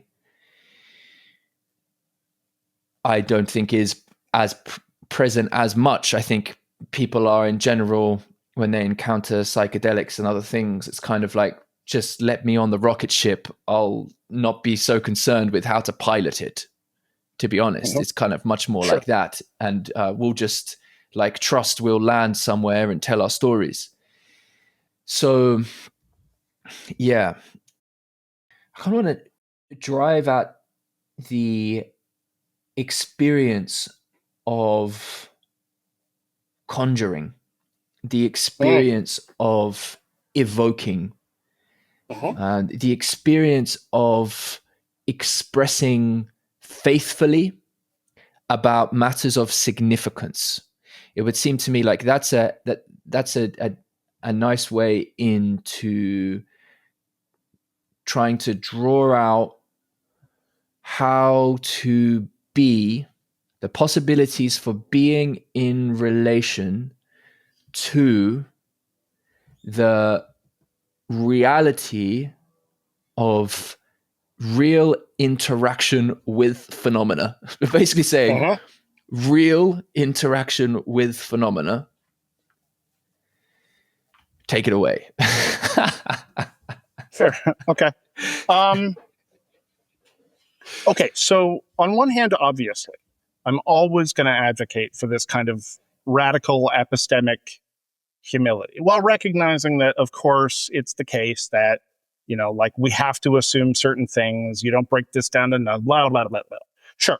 But you try to keep a loose grip, right? So my first DMT experience, right? I was very interested in this. I'd never had DMT before. I'd had ayahuasca nominally in the form of a gray, horrible jungle jello jiggler, but not DMT, quad DMT. Right? I believe that's what the ayahuasqueras call it, actually, the old jungle jiggler. Yes. Yeah. I mean, it's in Spanish, a smattering of Amazonian tongues, but yes, the jungle jello jiggler. That was what I had. Whatever. I've talked about that before. But so the first time I had just DMT, right? Synthesized or extracted DMT, pure DMT. I approached this in a really specific way. I wanted to explore it, but I wanted somebody there as both a sitter, but also somebody that I could talk about the experience with while it was still relatively fresh. So, you know, I did all the things. You know, when I do this stuff, I like to, these days, I like, if I can afford it, to ride in style. So I bought a proper glass pipe and a, I don't know, whatever, ceramic cone for whatever, and a rocket lighter and something else. So I have this substance and I take it, and initially it's not quite enough, and I definitely get a bit of a woo, but not quite there. And then I go for the big haul, and I bid my sitter / to be interviewer, you know, adieu, and I lean back. And I have what is, in some ways, a kind of textbook experience. Right, I have this sort of super saturation of, you know, this like the phenomenal pleroma or something. It's like super saturated experience. It's coming at me really fast.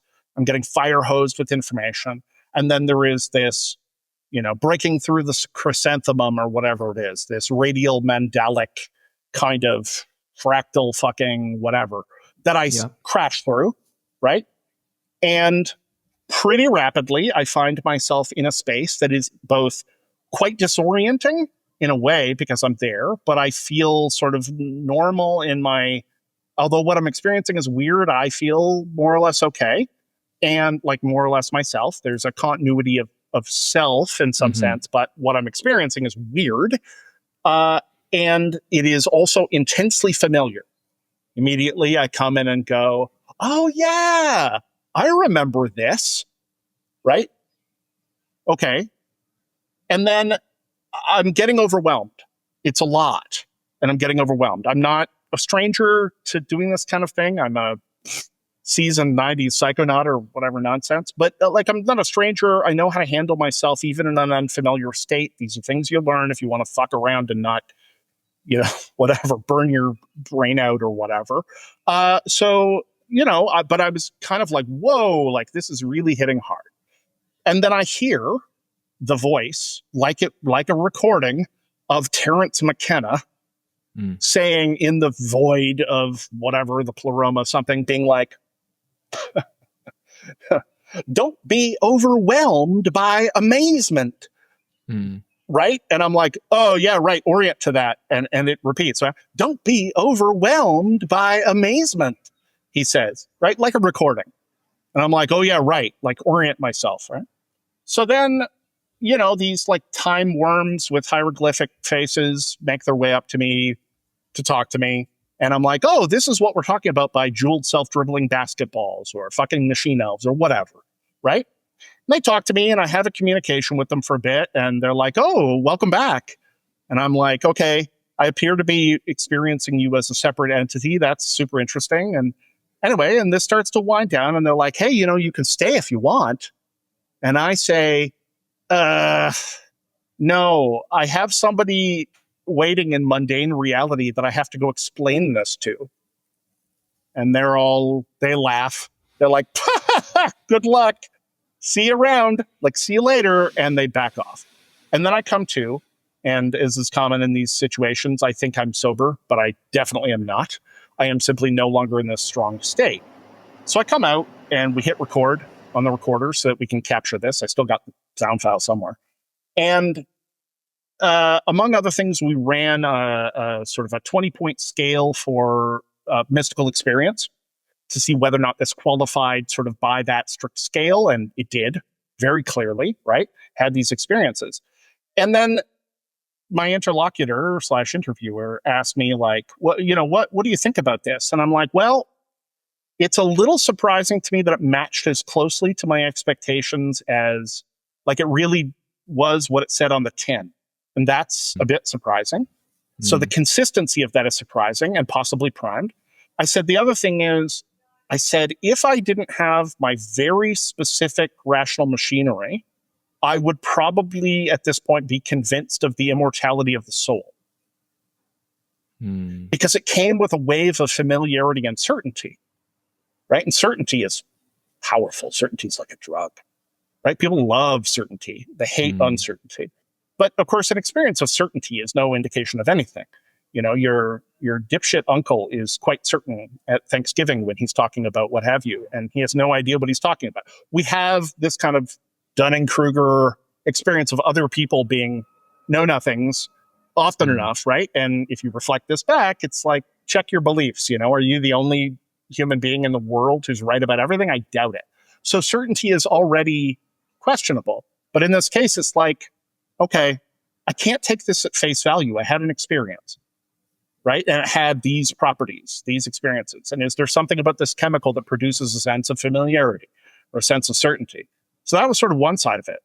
But the other side was a very deep sense of like, what I just experienced is clearly profound. And is the human mind capable of this in general? And is it reflective of making contact with something in the way that it feels that it was? Did it have a kind of a metaphysical authenticity? And regardless, to what extent is it transformative? So where the rubber meets the road, as with all these things, when I did this DMT, prior to that, I had a friend who was very into it. He became a real proselytizer. He was talking about it all the time. He's like, oh, da-da-da-da-da. And at one point he said, well, the thing is that you take it and you realize that's the really real world. And I said, okay, but what did you bring back? Like, that's the litmus test. It's always the litmus test. It's what did you bring back? Wonderful. You went into a magical other dimension. What did you bring back? Not just for yourself, but for other people. That's the litmus test. So when we're talking about evocation and invocation and interpretation, this is where I think I rest somewhat easily with the split.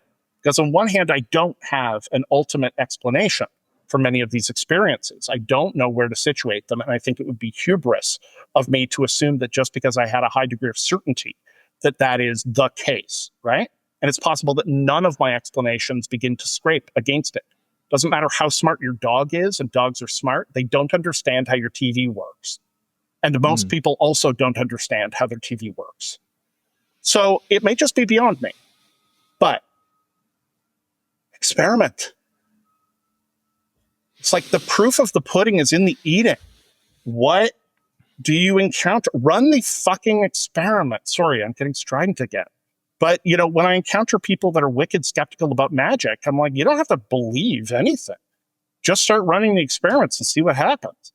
You can figure out an interpretation later. Is it the case that you are simply manipulating the contents of your own mind and salience landscape? Okay.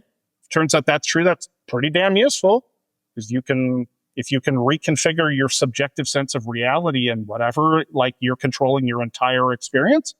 Okay. Let's say that it's a little bit more than that, and you can do something like affect other people in some meaningful way. Okay. So whatever, this is a psychotechnology, and it's got a bit of contagion, and like we can think of lots of instances where we might think of that. Okay, sure. Let's say it's that. Seems pretty damn useful. Or let's say that we are making authentic contact with something that is not inside our current frame, that we do not understand well, whether that be psychic, psychoid, or I don't know, whatever, beings from another dimension, whatever it is. Okay, that seems pretty damn useful, right? A million years of humans have certainly thought it's useful. And if civilization is to some extent specialization of labor, you could make the argument that the shaman is the original civilizer in that sense, right? It's the original specialized role. If everybody else is just doing hunting and gathering, what the shaman hunters and gatherers, what they hunt and gather is something else, right?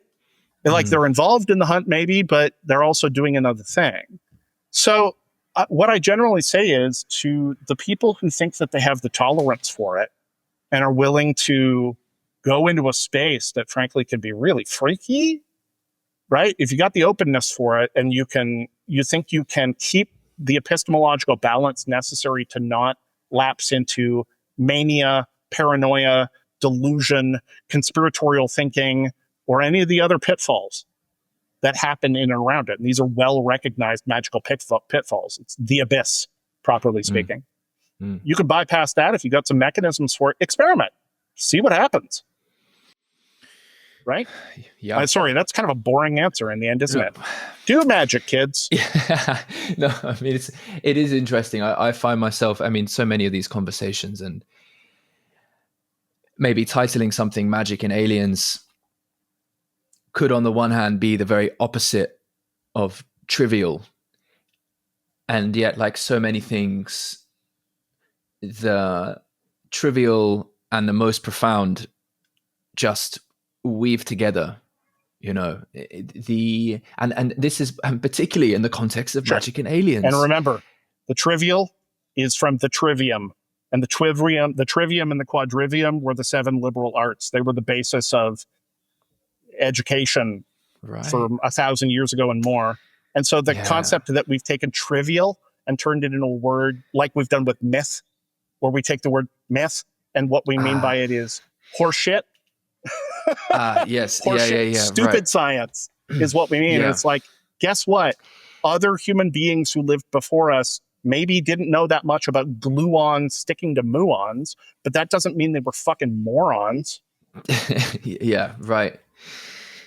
Yeah. So I'm cursing like a sailor. You got me worked up.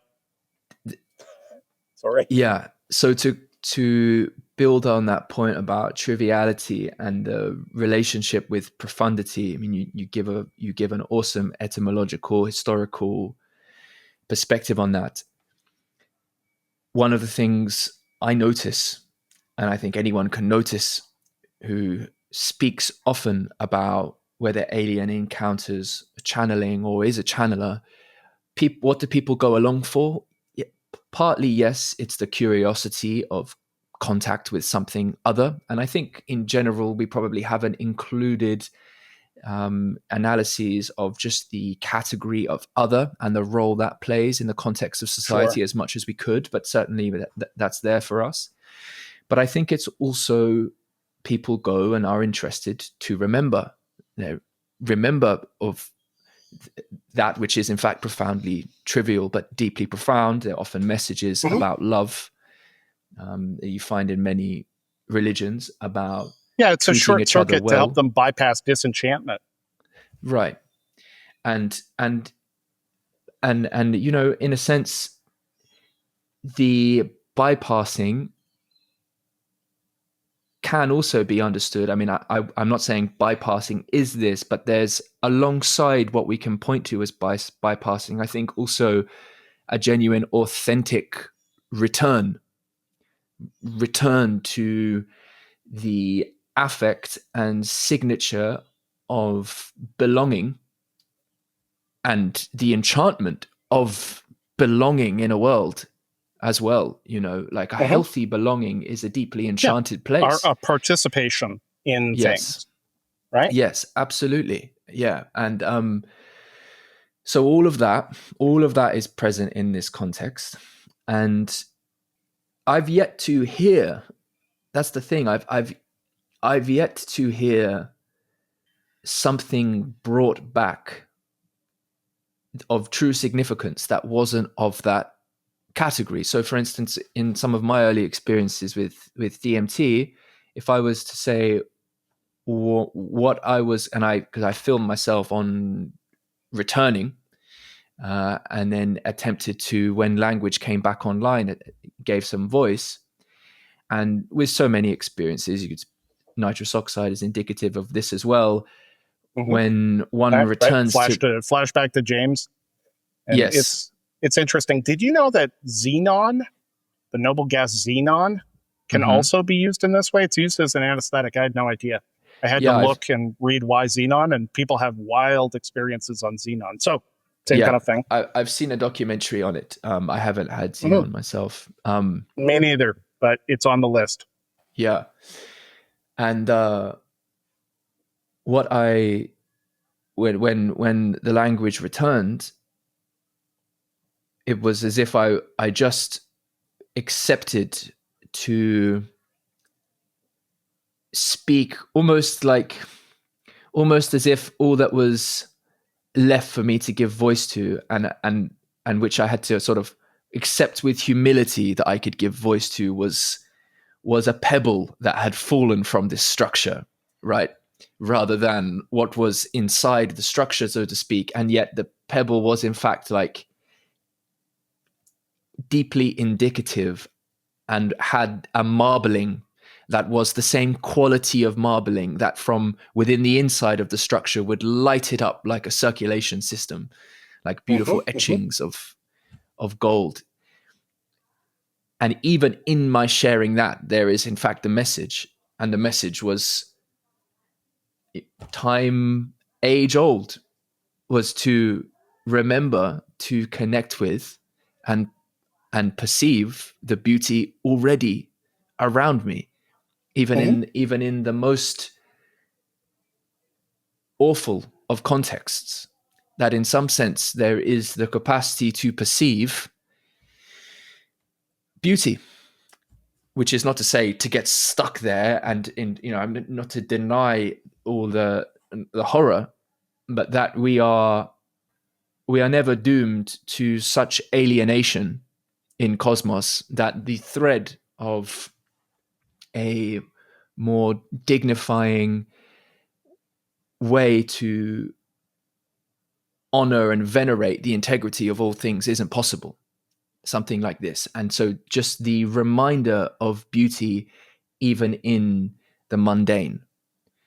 Sure. And as a mode of perception, as a way of, for instance, cultivating curiosity and just exhibiting curiosity in others, an appreciation for others, interest and support for others, all of that is, well, in a sense, like what could be more? I mean, there are many other things which are also important, but what could be more important than that from a perspective of life advice, right? To return and reconnect with you could use language like transcendent or always available source of re-enchanting reality. Okay. And Different. what does that differently? But yes, I mean, it's a re-enchantment, like a revisioning. yes. We can't just backslide to the old thing. No. Like that, No. there are problems there, right? Blah blah blah. Meaning crisis. Yes, well, absolutely. It's an active making process. It's making with. That's right. It's participation. It's but it's also a kind of so it's a religious language, like an exaltation of one's own creative participation, right? So anyway, and what does that have to do with the story about DMT and my experiences with these? Some of the most potent experiences of mine, maybe I'd have to take some time to do like an energetic stock take of all the experiences. So I definitely don't have them all loaded. But for me, it's often, I've not had, entity encounter with DMT has never felt like the most helpful way of expressing, even though I've encountered, through, breaking through of whatever kind of initial symbolic, geometric, the way people often describe the sort of an early onset phase in something, almost kind of like the raw potential of pattern, the sphere where the paint is made that Jung might describe before it gets sort of cast into the characters you might encounter. Yeah. Interacting with some deeper level of your relevance realization, if we want to code this in cogsci terms, right? Somehow interacting with the machinery that produces being.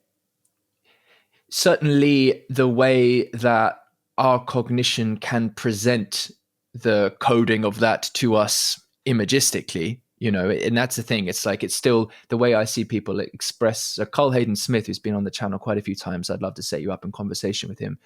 He's been very involved in extended state DMT, part of the trials, part of inviting people to now undergo those. Wait, did they finally build this bloody dripper rib? Yes, that's been around because for a I remember while this being right. Didn't Strassman propose like we could put together an IV drip rig that could keep people in continuous? I remember thinking, wow, that is balls to the wall. Good for you. Yeah. So they've done it? Of course they've done that. They run the trials on it a couple times at I think, was it at Imperial College London?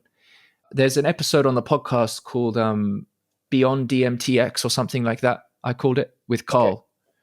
Yeah, 100%. Send me links, and also, I don't think I need to tell you that's intensely interesting to me. Yeah. Well, certainly, and Carl's obviously got many interesting things to say about that. He really tells stories of his encounters very imagistically, and so he's showed me, for instance, what he calls a light language that he sees in those contexts. Now, and I've seen other people give renderings of something that's kind of quasi hieroglyphic, quasi matrixy gold, all manner of, and so the questions around internal consistency and actual semantic potential of these versus kind of like what AIs do when they hallucinate. If you say, give me a poster of this, and you like give a name, and it might get the name right, but then the subtitle will be something that looks like language but isn't language. Yeah, it's kind of a bit janky, although it's narrowing in fast.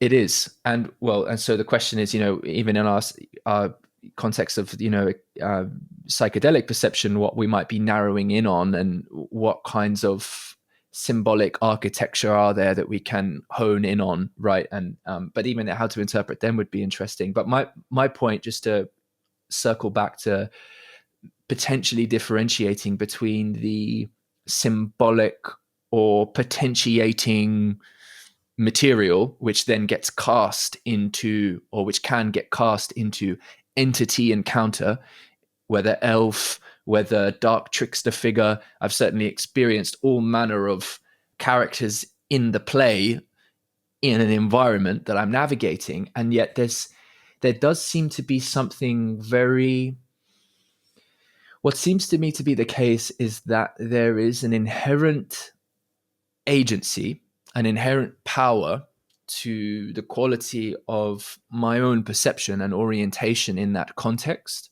which is, it feels sort of distinctly different.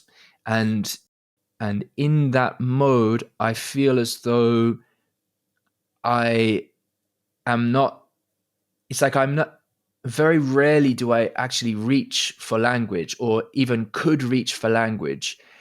Mhm. And the transmissions, as they were, do seem to, again, the deepest meaning of the transmissions that I've taken is very much of the kind which is they're kind of reminders. This bell is my beeping is my camera.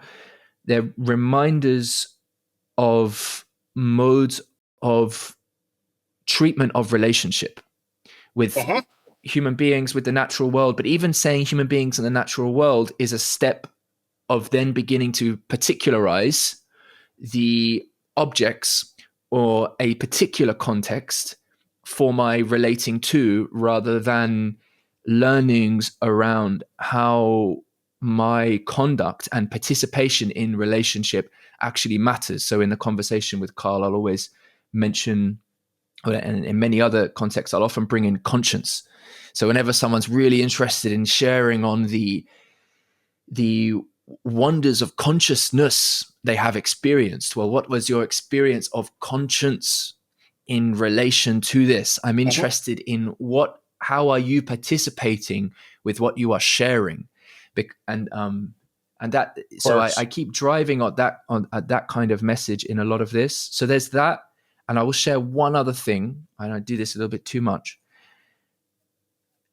Maybe you don't have to respond to it immediately for this sharing. So whatever's kind of coming to you, but magic and speaking to something which you have practiced more. I'm curious for those listening. And we kind of provided some of the foregrounding for this as well. Speaking of conscience, in our last conversation, we spoke about various dynamics in which conscience and leadership and discernment are kind of foundational in what would constitute the, I don't know, wizard from The Apprentice, a knowing of limits and all this kind of thing.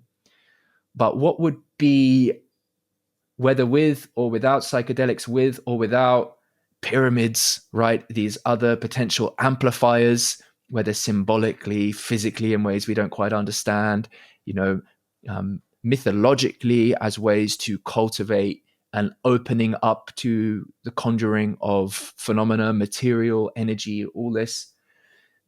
How have you learned to approach what magic is? What does magic mean to you? Okay.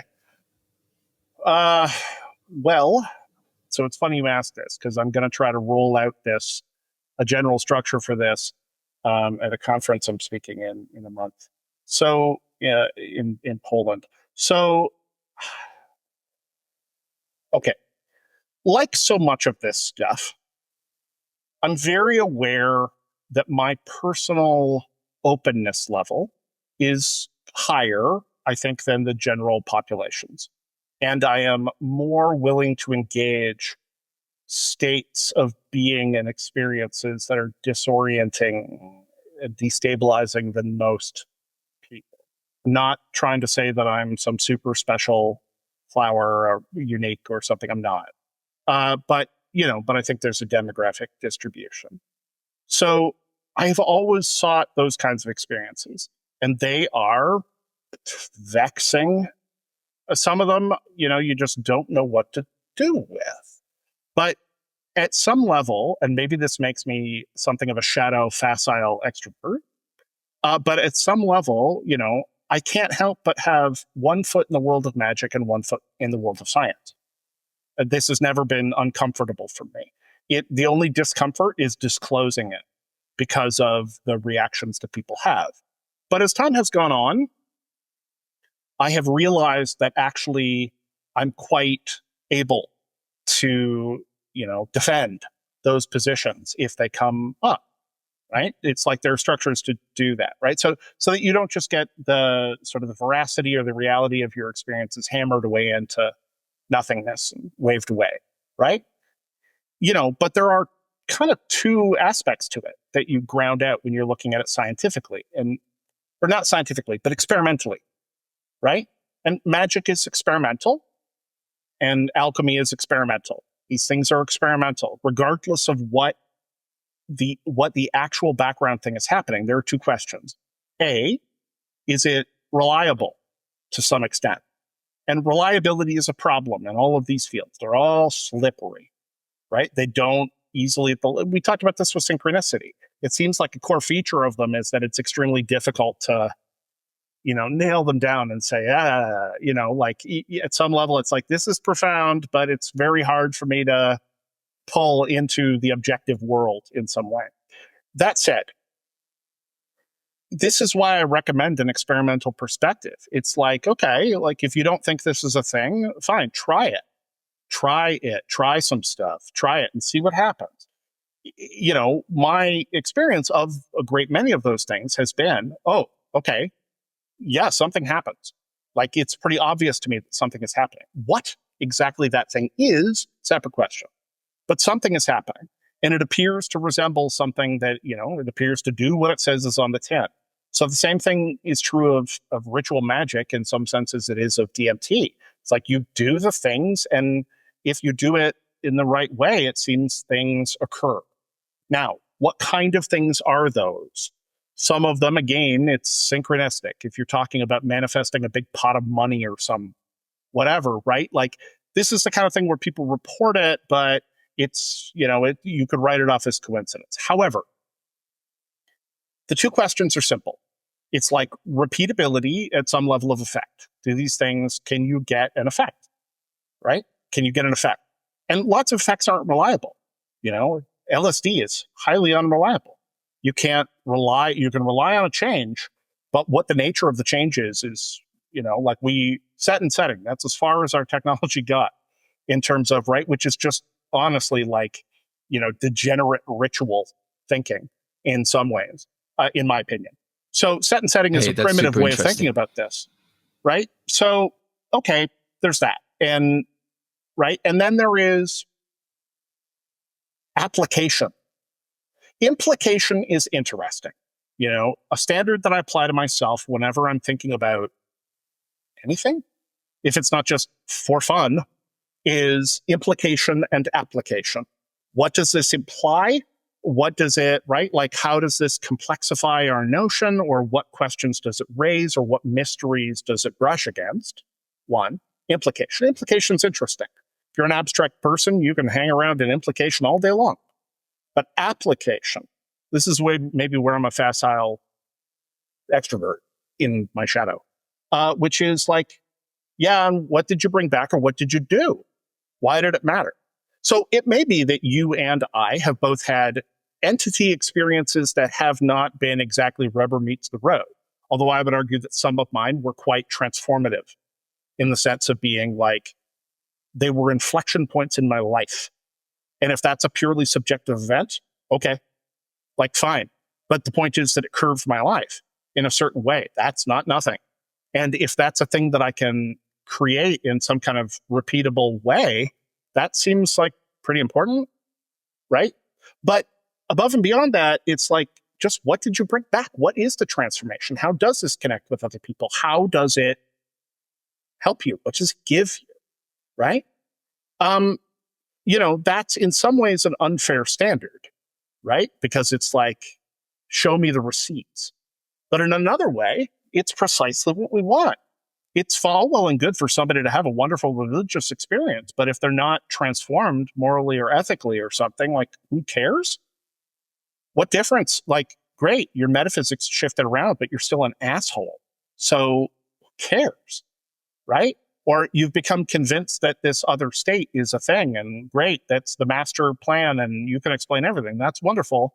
But, like, who gives a shit? How does this help anybody? How does it help you? Show me what you got. Show me what you got. So to me, magic is in some sense an ultimate expression of that. It may be forever inside the veil of mystery. It might be literally undeterminable epistemically, in the way that, Jung claims you can't get an epistemic lock on God, the existence or non-existence. But that doesn't mean people don't have the experience. It doesn't mean that capacity isn't there. You still have to reckon with it. And if you don't, okay, final example maybe, because I know we're coming on time and your camera's dying. So my jungle jello jiggler ayahuasca experience. I went into this. Yeah. If you want, you can go look at the talk where I outline that. But anyway, yeah. That's the new title for this podcast: Magic and Aliens, or maybe the Magic Jungle Jello Jiggler, Aliens and Magic. Yeah. So when I had that experience, I was far more familiar with Iboga. And I had heard Iboga and ayahuasca classed into the same camp, as being these sort of morally concerned plant teachers or substances or altered states, or however you want to think about it. So as I came into the ayahuasca experience, I really came up, right? And I was going into the depth of it. One of the things that happened is I'm getting shown all this stuff, all this imagery, all this imagery. And at one point, I dared to basically ask the question, as I might have Iboga, right? Yes, all right. But, what about my human relationships?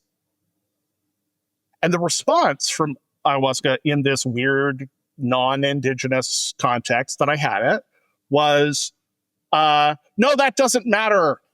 That's irrelevant. And we're not concerned with that. And here are 3 more hours of neon jaguars and hyperspace pyramids or whatever, right? There's a sense in which it didn't address my moral concern, which was, what is my relationship to others? How can I have insight into that? What can I do to transform that? Where am I stepping wrong? How am I mistreating people? These things that and how does this come out of my past? And this sort of psychological spelunking that is, sort of common to psychotherapy, but that you can accelerate in the right conditions with these sorts of states. And it was like, no, that's not important, this. But the thing that it did provide, which I expressed to my 2 sitters at the time with the really underdetermined explanation. They said, so what have you got? Basically halfway through. And I said, yeah, the basic experience I'm having is, how would I communicate this? Duh.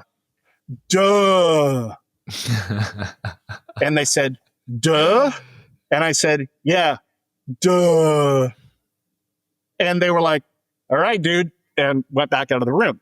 What did I mean by that? I can tell you exactly what I meant by it. What I meant by it was an experience that had that quality of familiarity. And it outlined for me that although it wasn't concerned with this human level, scale, whatever, it was concerned with the mythic and concerned with the analogical and concerned with the archetypal. And the basic thing that came through in that experience of duh was, you're an asshat if you're not paying attention to this. If you are ignoring this aspect of reality, which is one step sideways, it's not far away. If you're ignoring it, you can do that. You can lop that off. You can do it. But exactly like Jung's point about developing some relationship with God/self, to ignore it is a form of sort of almost psychic self-mutilation or psychic denial. And frankly, you're missing half the game. So this sense of duh was in some sense the obviousness. I felt like an idiot, right? Because I was like, how am I not aware of this all the time, right? This layer of things, this mode of interpretation and interrelation. I know that this is a thing. I know it from a scholarly perspective. I know it from a philosophical perspective. I know it from a cognitive science perspective. I know it from a personal perspective, and I know it from a clinical perspective. This is a thing, and it matters to people, and it changes them. But my awareness of it, like my awareness of so many other things, I like to say that, you can only play the game peekaboo with a baby, right? Like you and I can't play peekaboo. It's not a very interesting game. Because why? Because I do this and you have object permanence, right? My face is still there. The reason it's interesting to play with baby is because baby doesn't have object permanence. There's a developmental gap. And so when you do this, you vanish. It's exciting. It's like that classic anecdote about the people who lived in the rainforest and they took them out and they have for the first time had long distance perspective, which in a world of trees you don't get. And they pointed over at some animals. This is totally apocryphal and probably a lie, but it's not my lie. I'm just repeating somebody else's lie probably. So they pointed at, these cows in the distance and were like, what are those? And the researcher says, oh, those are cows. And they laugh and they say, cows are big. Right? And then, this is a pure invention on my part, but as I like to imagine, the researcher gets into his Jeep and vanishes to a point in front of their eyes. He shrinks into nothingness because they don't have this. So the question becomes replicability. Yeah, sure. But also there is something more than just the can I microdose LSD to be more productive at my Silicon Valley coding job, right? The pure inversion of tune on, tune in, drop out, right? It's more than, can I just use this thing to have a weird set of experiences that embeds me within the absurdity of modern life in a way that doesn't feel like I want to rip my skin off, right? And it can even be more than just how does this affect my moral relationship and standing and how I'm behaving and the nature of my being and the nature of my development and the nature of my placement in the tribe and all of those things, all of which I've got. This was something else. And it was a statement at some level about just the importance of accessing the mythic, that it's right there, and yet it's hard to see somehow. And so the duh was just this obviousness. Now, do I take that to be an absolute statement? No. I'm willing to let it go to mystery. And I think that at some level, it's honest to do that with so much of this stuff. It's maybe not meant to be gripped in that way. But also, is it transformative? Yeah. Of course. Does that have utility? Of course it does. And in fact, not to sideline this, but I'll hopefully be talking about this in Poland, there are people out there who do have a felt sense of this, do have direct experiences, and haven't gone the whole way, and they are often, frankly, kind of bad actors. So, famously, it's the case that you get lots of stories of people who were sort of in training at some level to be like saints, Buddhist saints or something. They went through the psychotechnological training, right, in one form or another. And then they flunk out. And those people become sorcerers, right? They use all of the powers which they've gained, but it's only a half measure. And so they still turn this to crass, worldly, manipulative goals.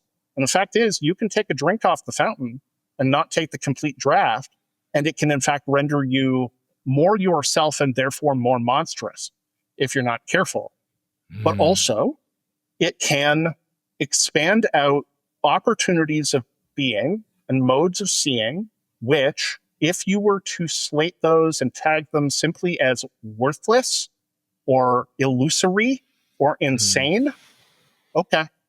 But I hate to tell you, you're missing out on something that has constructed and constellated human experience for over 1 million years, right? So it's not about enchantment. It's about finding a mode of re-enchantment that still can behave in a way that is okay. And there's a lot of levels to that. But find out for yourself.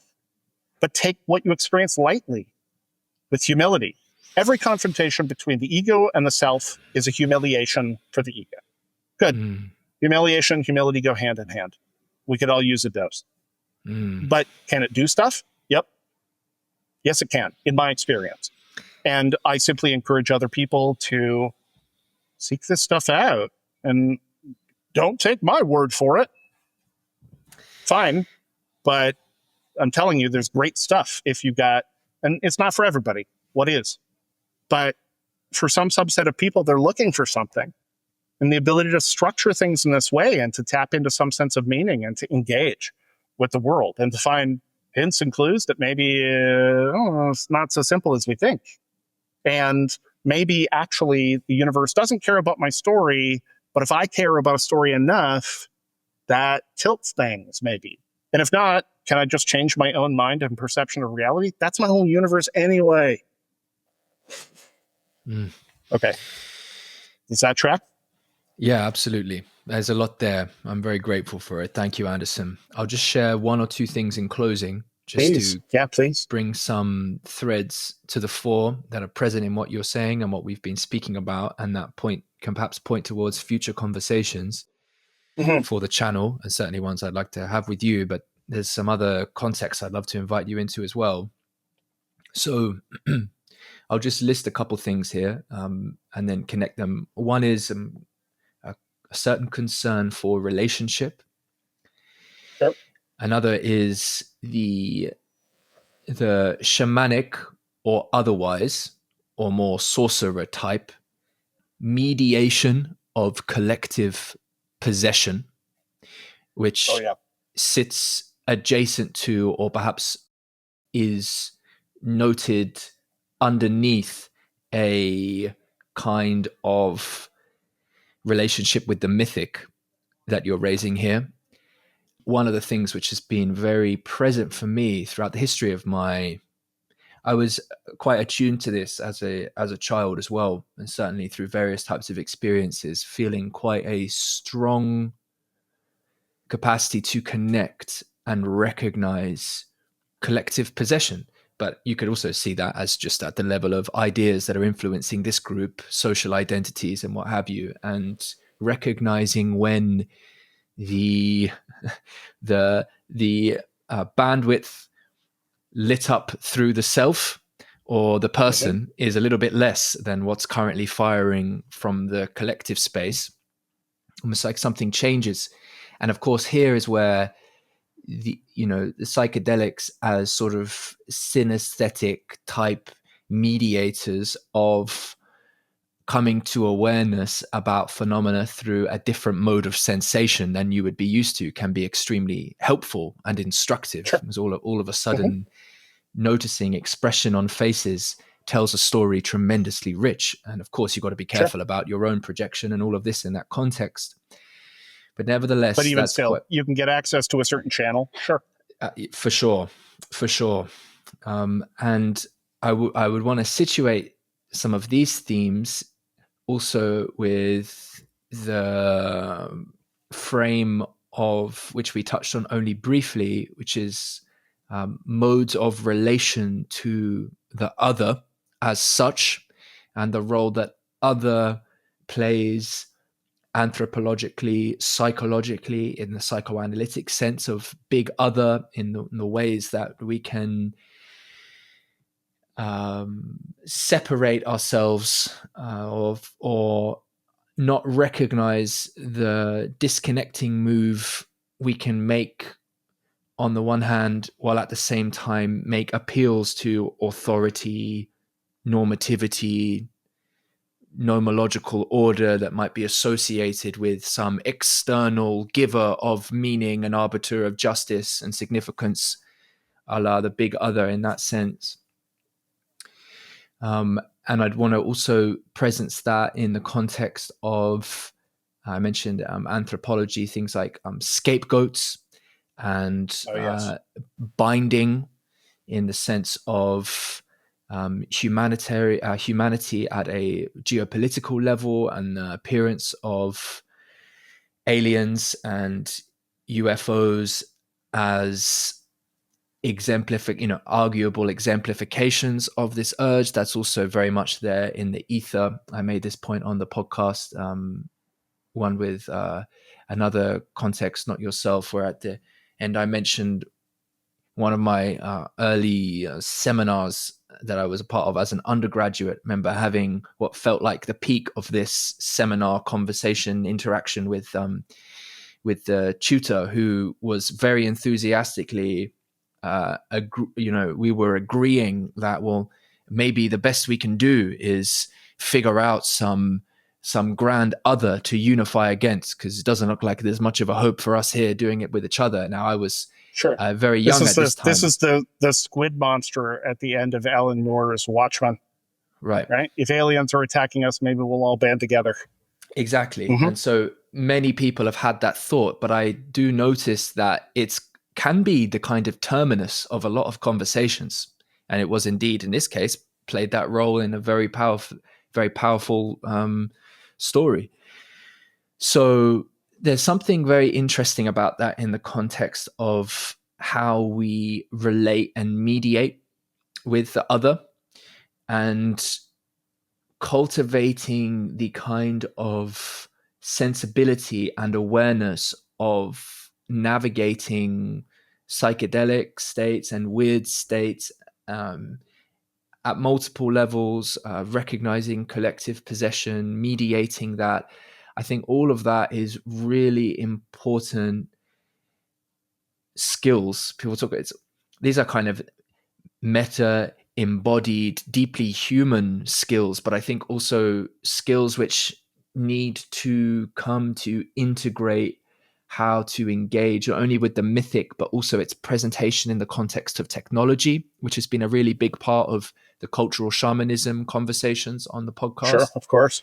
Yeah. So all of that, cyberspace is the shamanic other world has been something we've been kicking around since the early 90s, but right.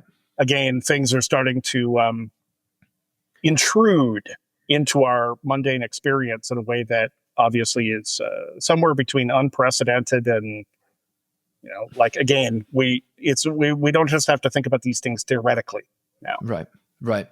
Yeah. So I do think there is a psychological, psycho-spiritual, existential skill set around cultivating relationship with the other and alien as such. Just like to give a shout out to Cadell Last, the book coming to mind, Enter the Alien. That is not a million miles away from the kind of sensibility that really locates key inquiry into the nature of subjectivity and its relation to metaphysics and existence in mediating this relationship with other as such, and sort of recognizing that dynamic as deeply influencing the possibilities for our mythic experience and how we navigate our mythic experience, and also the collective energies we consciously and way less consciously bring back potentially from various experiences, which animate then how we go about telling our stories and inviting people and sometimes cajoling people into binding with our particular interpretations. I think there's a distinction there between the wizard and the sorcerer that you were making that's sort of somewhat aligned with this. So there are some threads I just like to point to people that are part of the context of inquiry on the weirder end, on the more esoteric end of all this work, that I feel are tremendously influential on the possibilities for mediating just culture building in general, and engaging with institutions, and engaging with coming together in coherent patterns of order. Yeah. Right. So thank you. If I could try a 30-second experiment. What you touched on actually brushes quite closely against something I sort of loosely expected to talk about today, but there's always such a profusion of threads, Mm-hmm. And it's something that I plan to talk about in this talk next month. So I'll give the ultra compressed version and we can unpack it later, but I think it touches closely on what you mean. you talk about this kind of the manufacture in some sense of otherness, or the experience of otherness as this unifying property. And I think that that's obviously a really powerful aspect of in-group, out-group dynamics, right? We don't have to go into the metaphysical to believe that. Yes. So I was thinking this morning about disgust. Mm.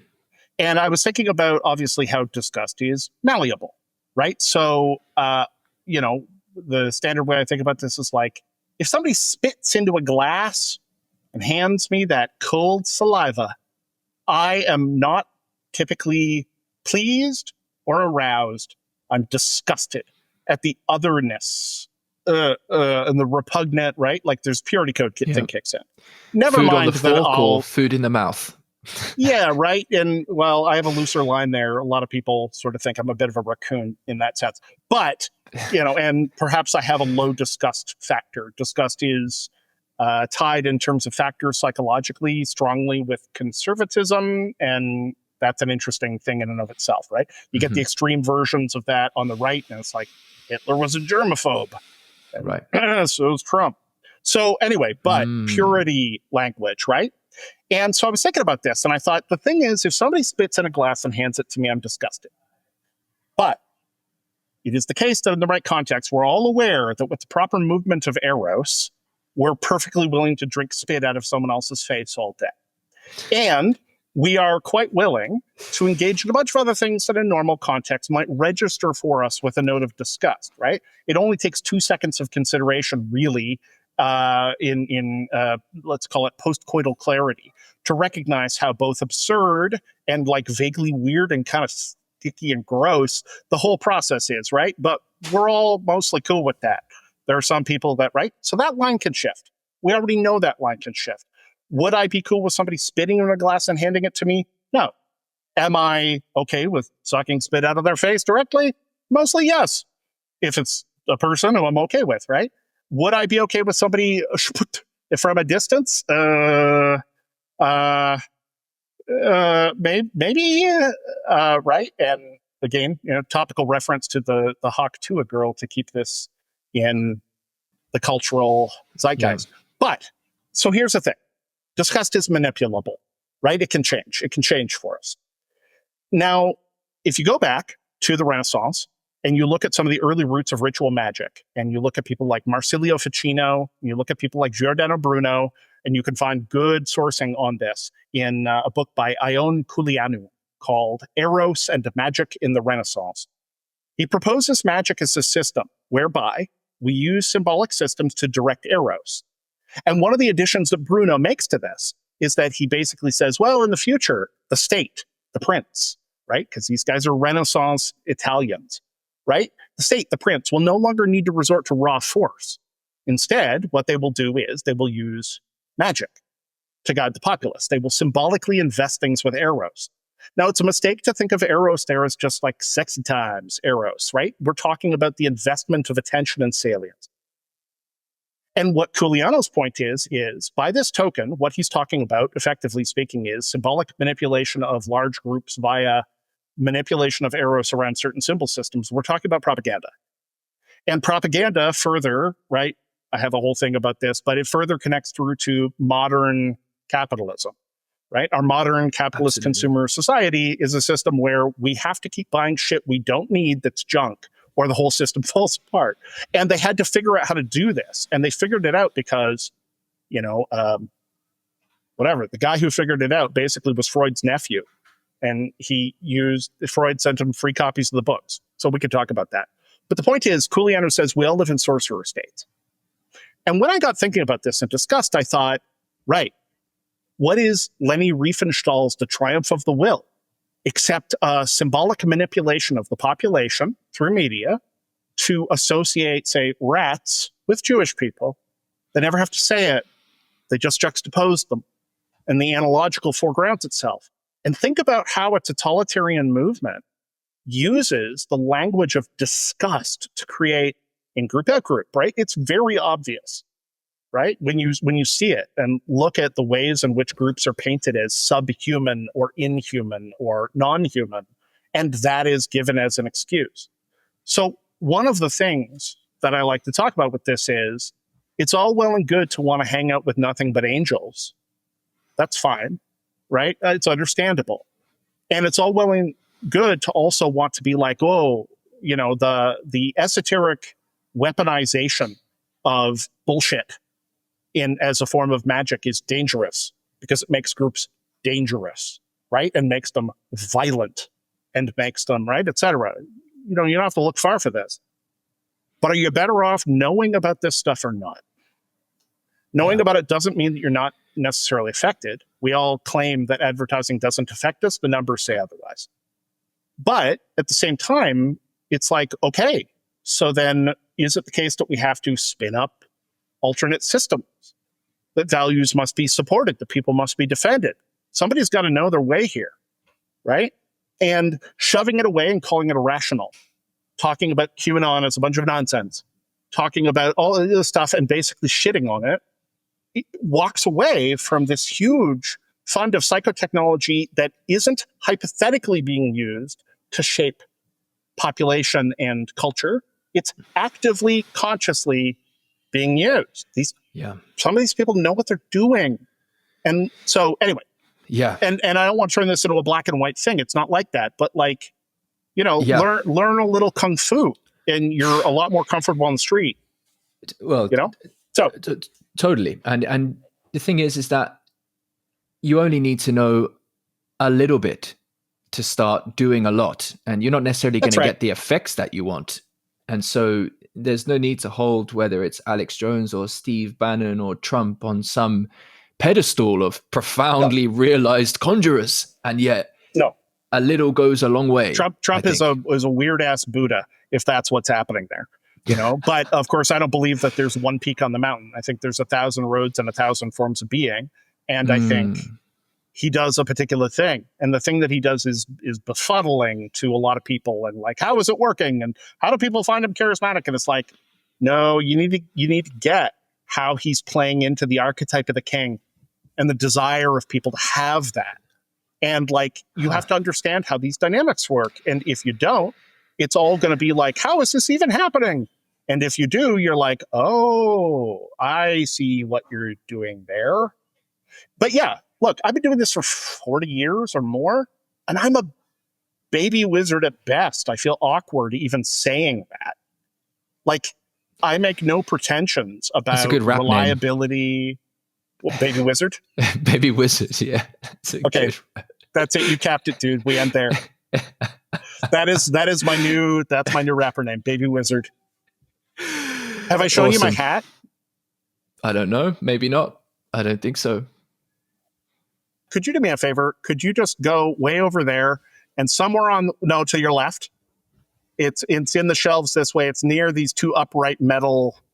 So if you go back, it's next to the sword of Gryffindor. No, I have swords, but they're not there. They're in the other corner. Go way back. There's like this collapsed hat on one of the wood shelves. Fuck it. I'll go find it. Just give me 1 sec, dude. Okay. Full disclosure. Yes.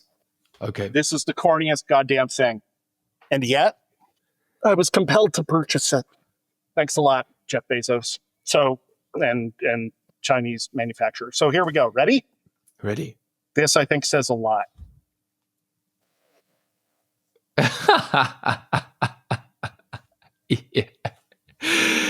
Yeah. I feel like that baby wizard's seen some shit, though. Do you know what I mean? I will say that. Hey, man, no question. I've done my tours. Yes. But I don't want to claim, again, how not to be a cult leader. It's like, I feel as though this is a beginning thing. And, you know, Big Carl says life starts at 40 and everything before that is research. Maybe.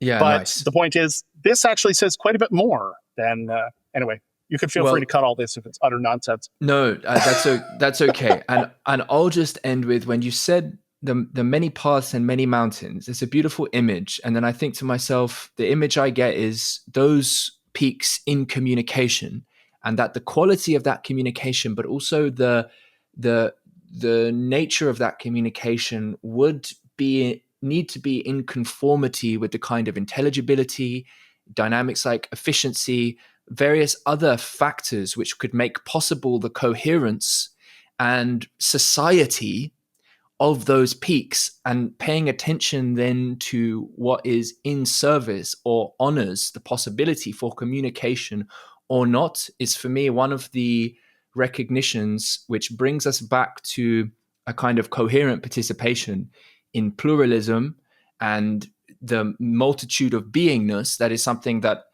I consistently point to, and many others do, which seems, I think, is a deep part of the kind of invitations that are being made in this context and others. And it's different from the notion of there being, in that regard, like a one fixed hierarchy of what is better than this and that. But there is, there's a quality and an integrity to communication that makes possible conversation among differences and among different peaks. And I'm interested in that. That remains a big part of this cultural shamanic piece, and it's a deep mediator of what can and can't be said in conversation. We spoke about that a little bit in the last conversation that was released on the channel. Anyway, I'll bring it to an end there. Hold on. Far be it from me to invite myself for a third round. Please. But if you want to talk cogsci and this stuff, we didn't touch on it all that closely. I brushed against it, but there's lots there. Yeah. Right? If you want to talk about it in that way. And yeah, interconnectedness. True. But also, part of this particular path, I think, right, lightly held, is that it is in some sense it's kind of an introvert path in some ways. Magic has been an underground phenomenon in the West, at any rate. It's culturally integrated in lots of other places, but in the West, it's often underground, right? And like alchemy, it's a solitary pursuit in a significant way. You read the texts. Maybe if you're lucky, you have an instructor. Maybe, but a lot of the time, it's a do-it-yourself kit. It's a Lego kit that you have to assemble and interpret on your own. Like, you got to do a lot of your own work. That said, right, I think that individual thing really does come back. It's all well and good to be able to do all of this, but like, what have you got? What do you got for the tribe? Yeah. Right? And so I think that there's a depth of richness there that's 100% worth talking about. And I think there's lots of good stuff there. So I don't want to invite myself. Far be it from me. But if you want to talk about it at some point, I'm 100% down. Well, in my mind, I've already invited you to like 3 separate things, and I haven't even asked. Okay, wonderful. So I will accept you inviting yourself once. That seems fair. Okay, good. Awesome. All right, mate. Thank you so much. Hey, thank you for your energy, your insight. It's always a joy, and I look forward to the next time. My pleasure, as always. Entirely, you're always a joy to speak with. It invariably has the mark of a truly, in my opinion, a truly nourishing conversation, that it spawns more lines than it resolves. And so it's an opening. But also, I don't know. Thank you to you, and thank you to your audience, such as it is, for entertaining whatever lunatic liar or Lord mad rambles are coming from my side. I hope they find it useful or edifying, or at the very least entertaining in that respect. Always a joy, Tim.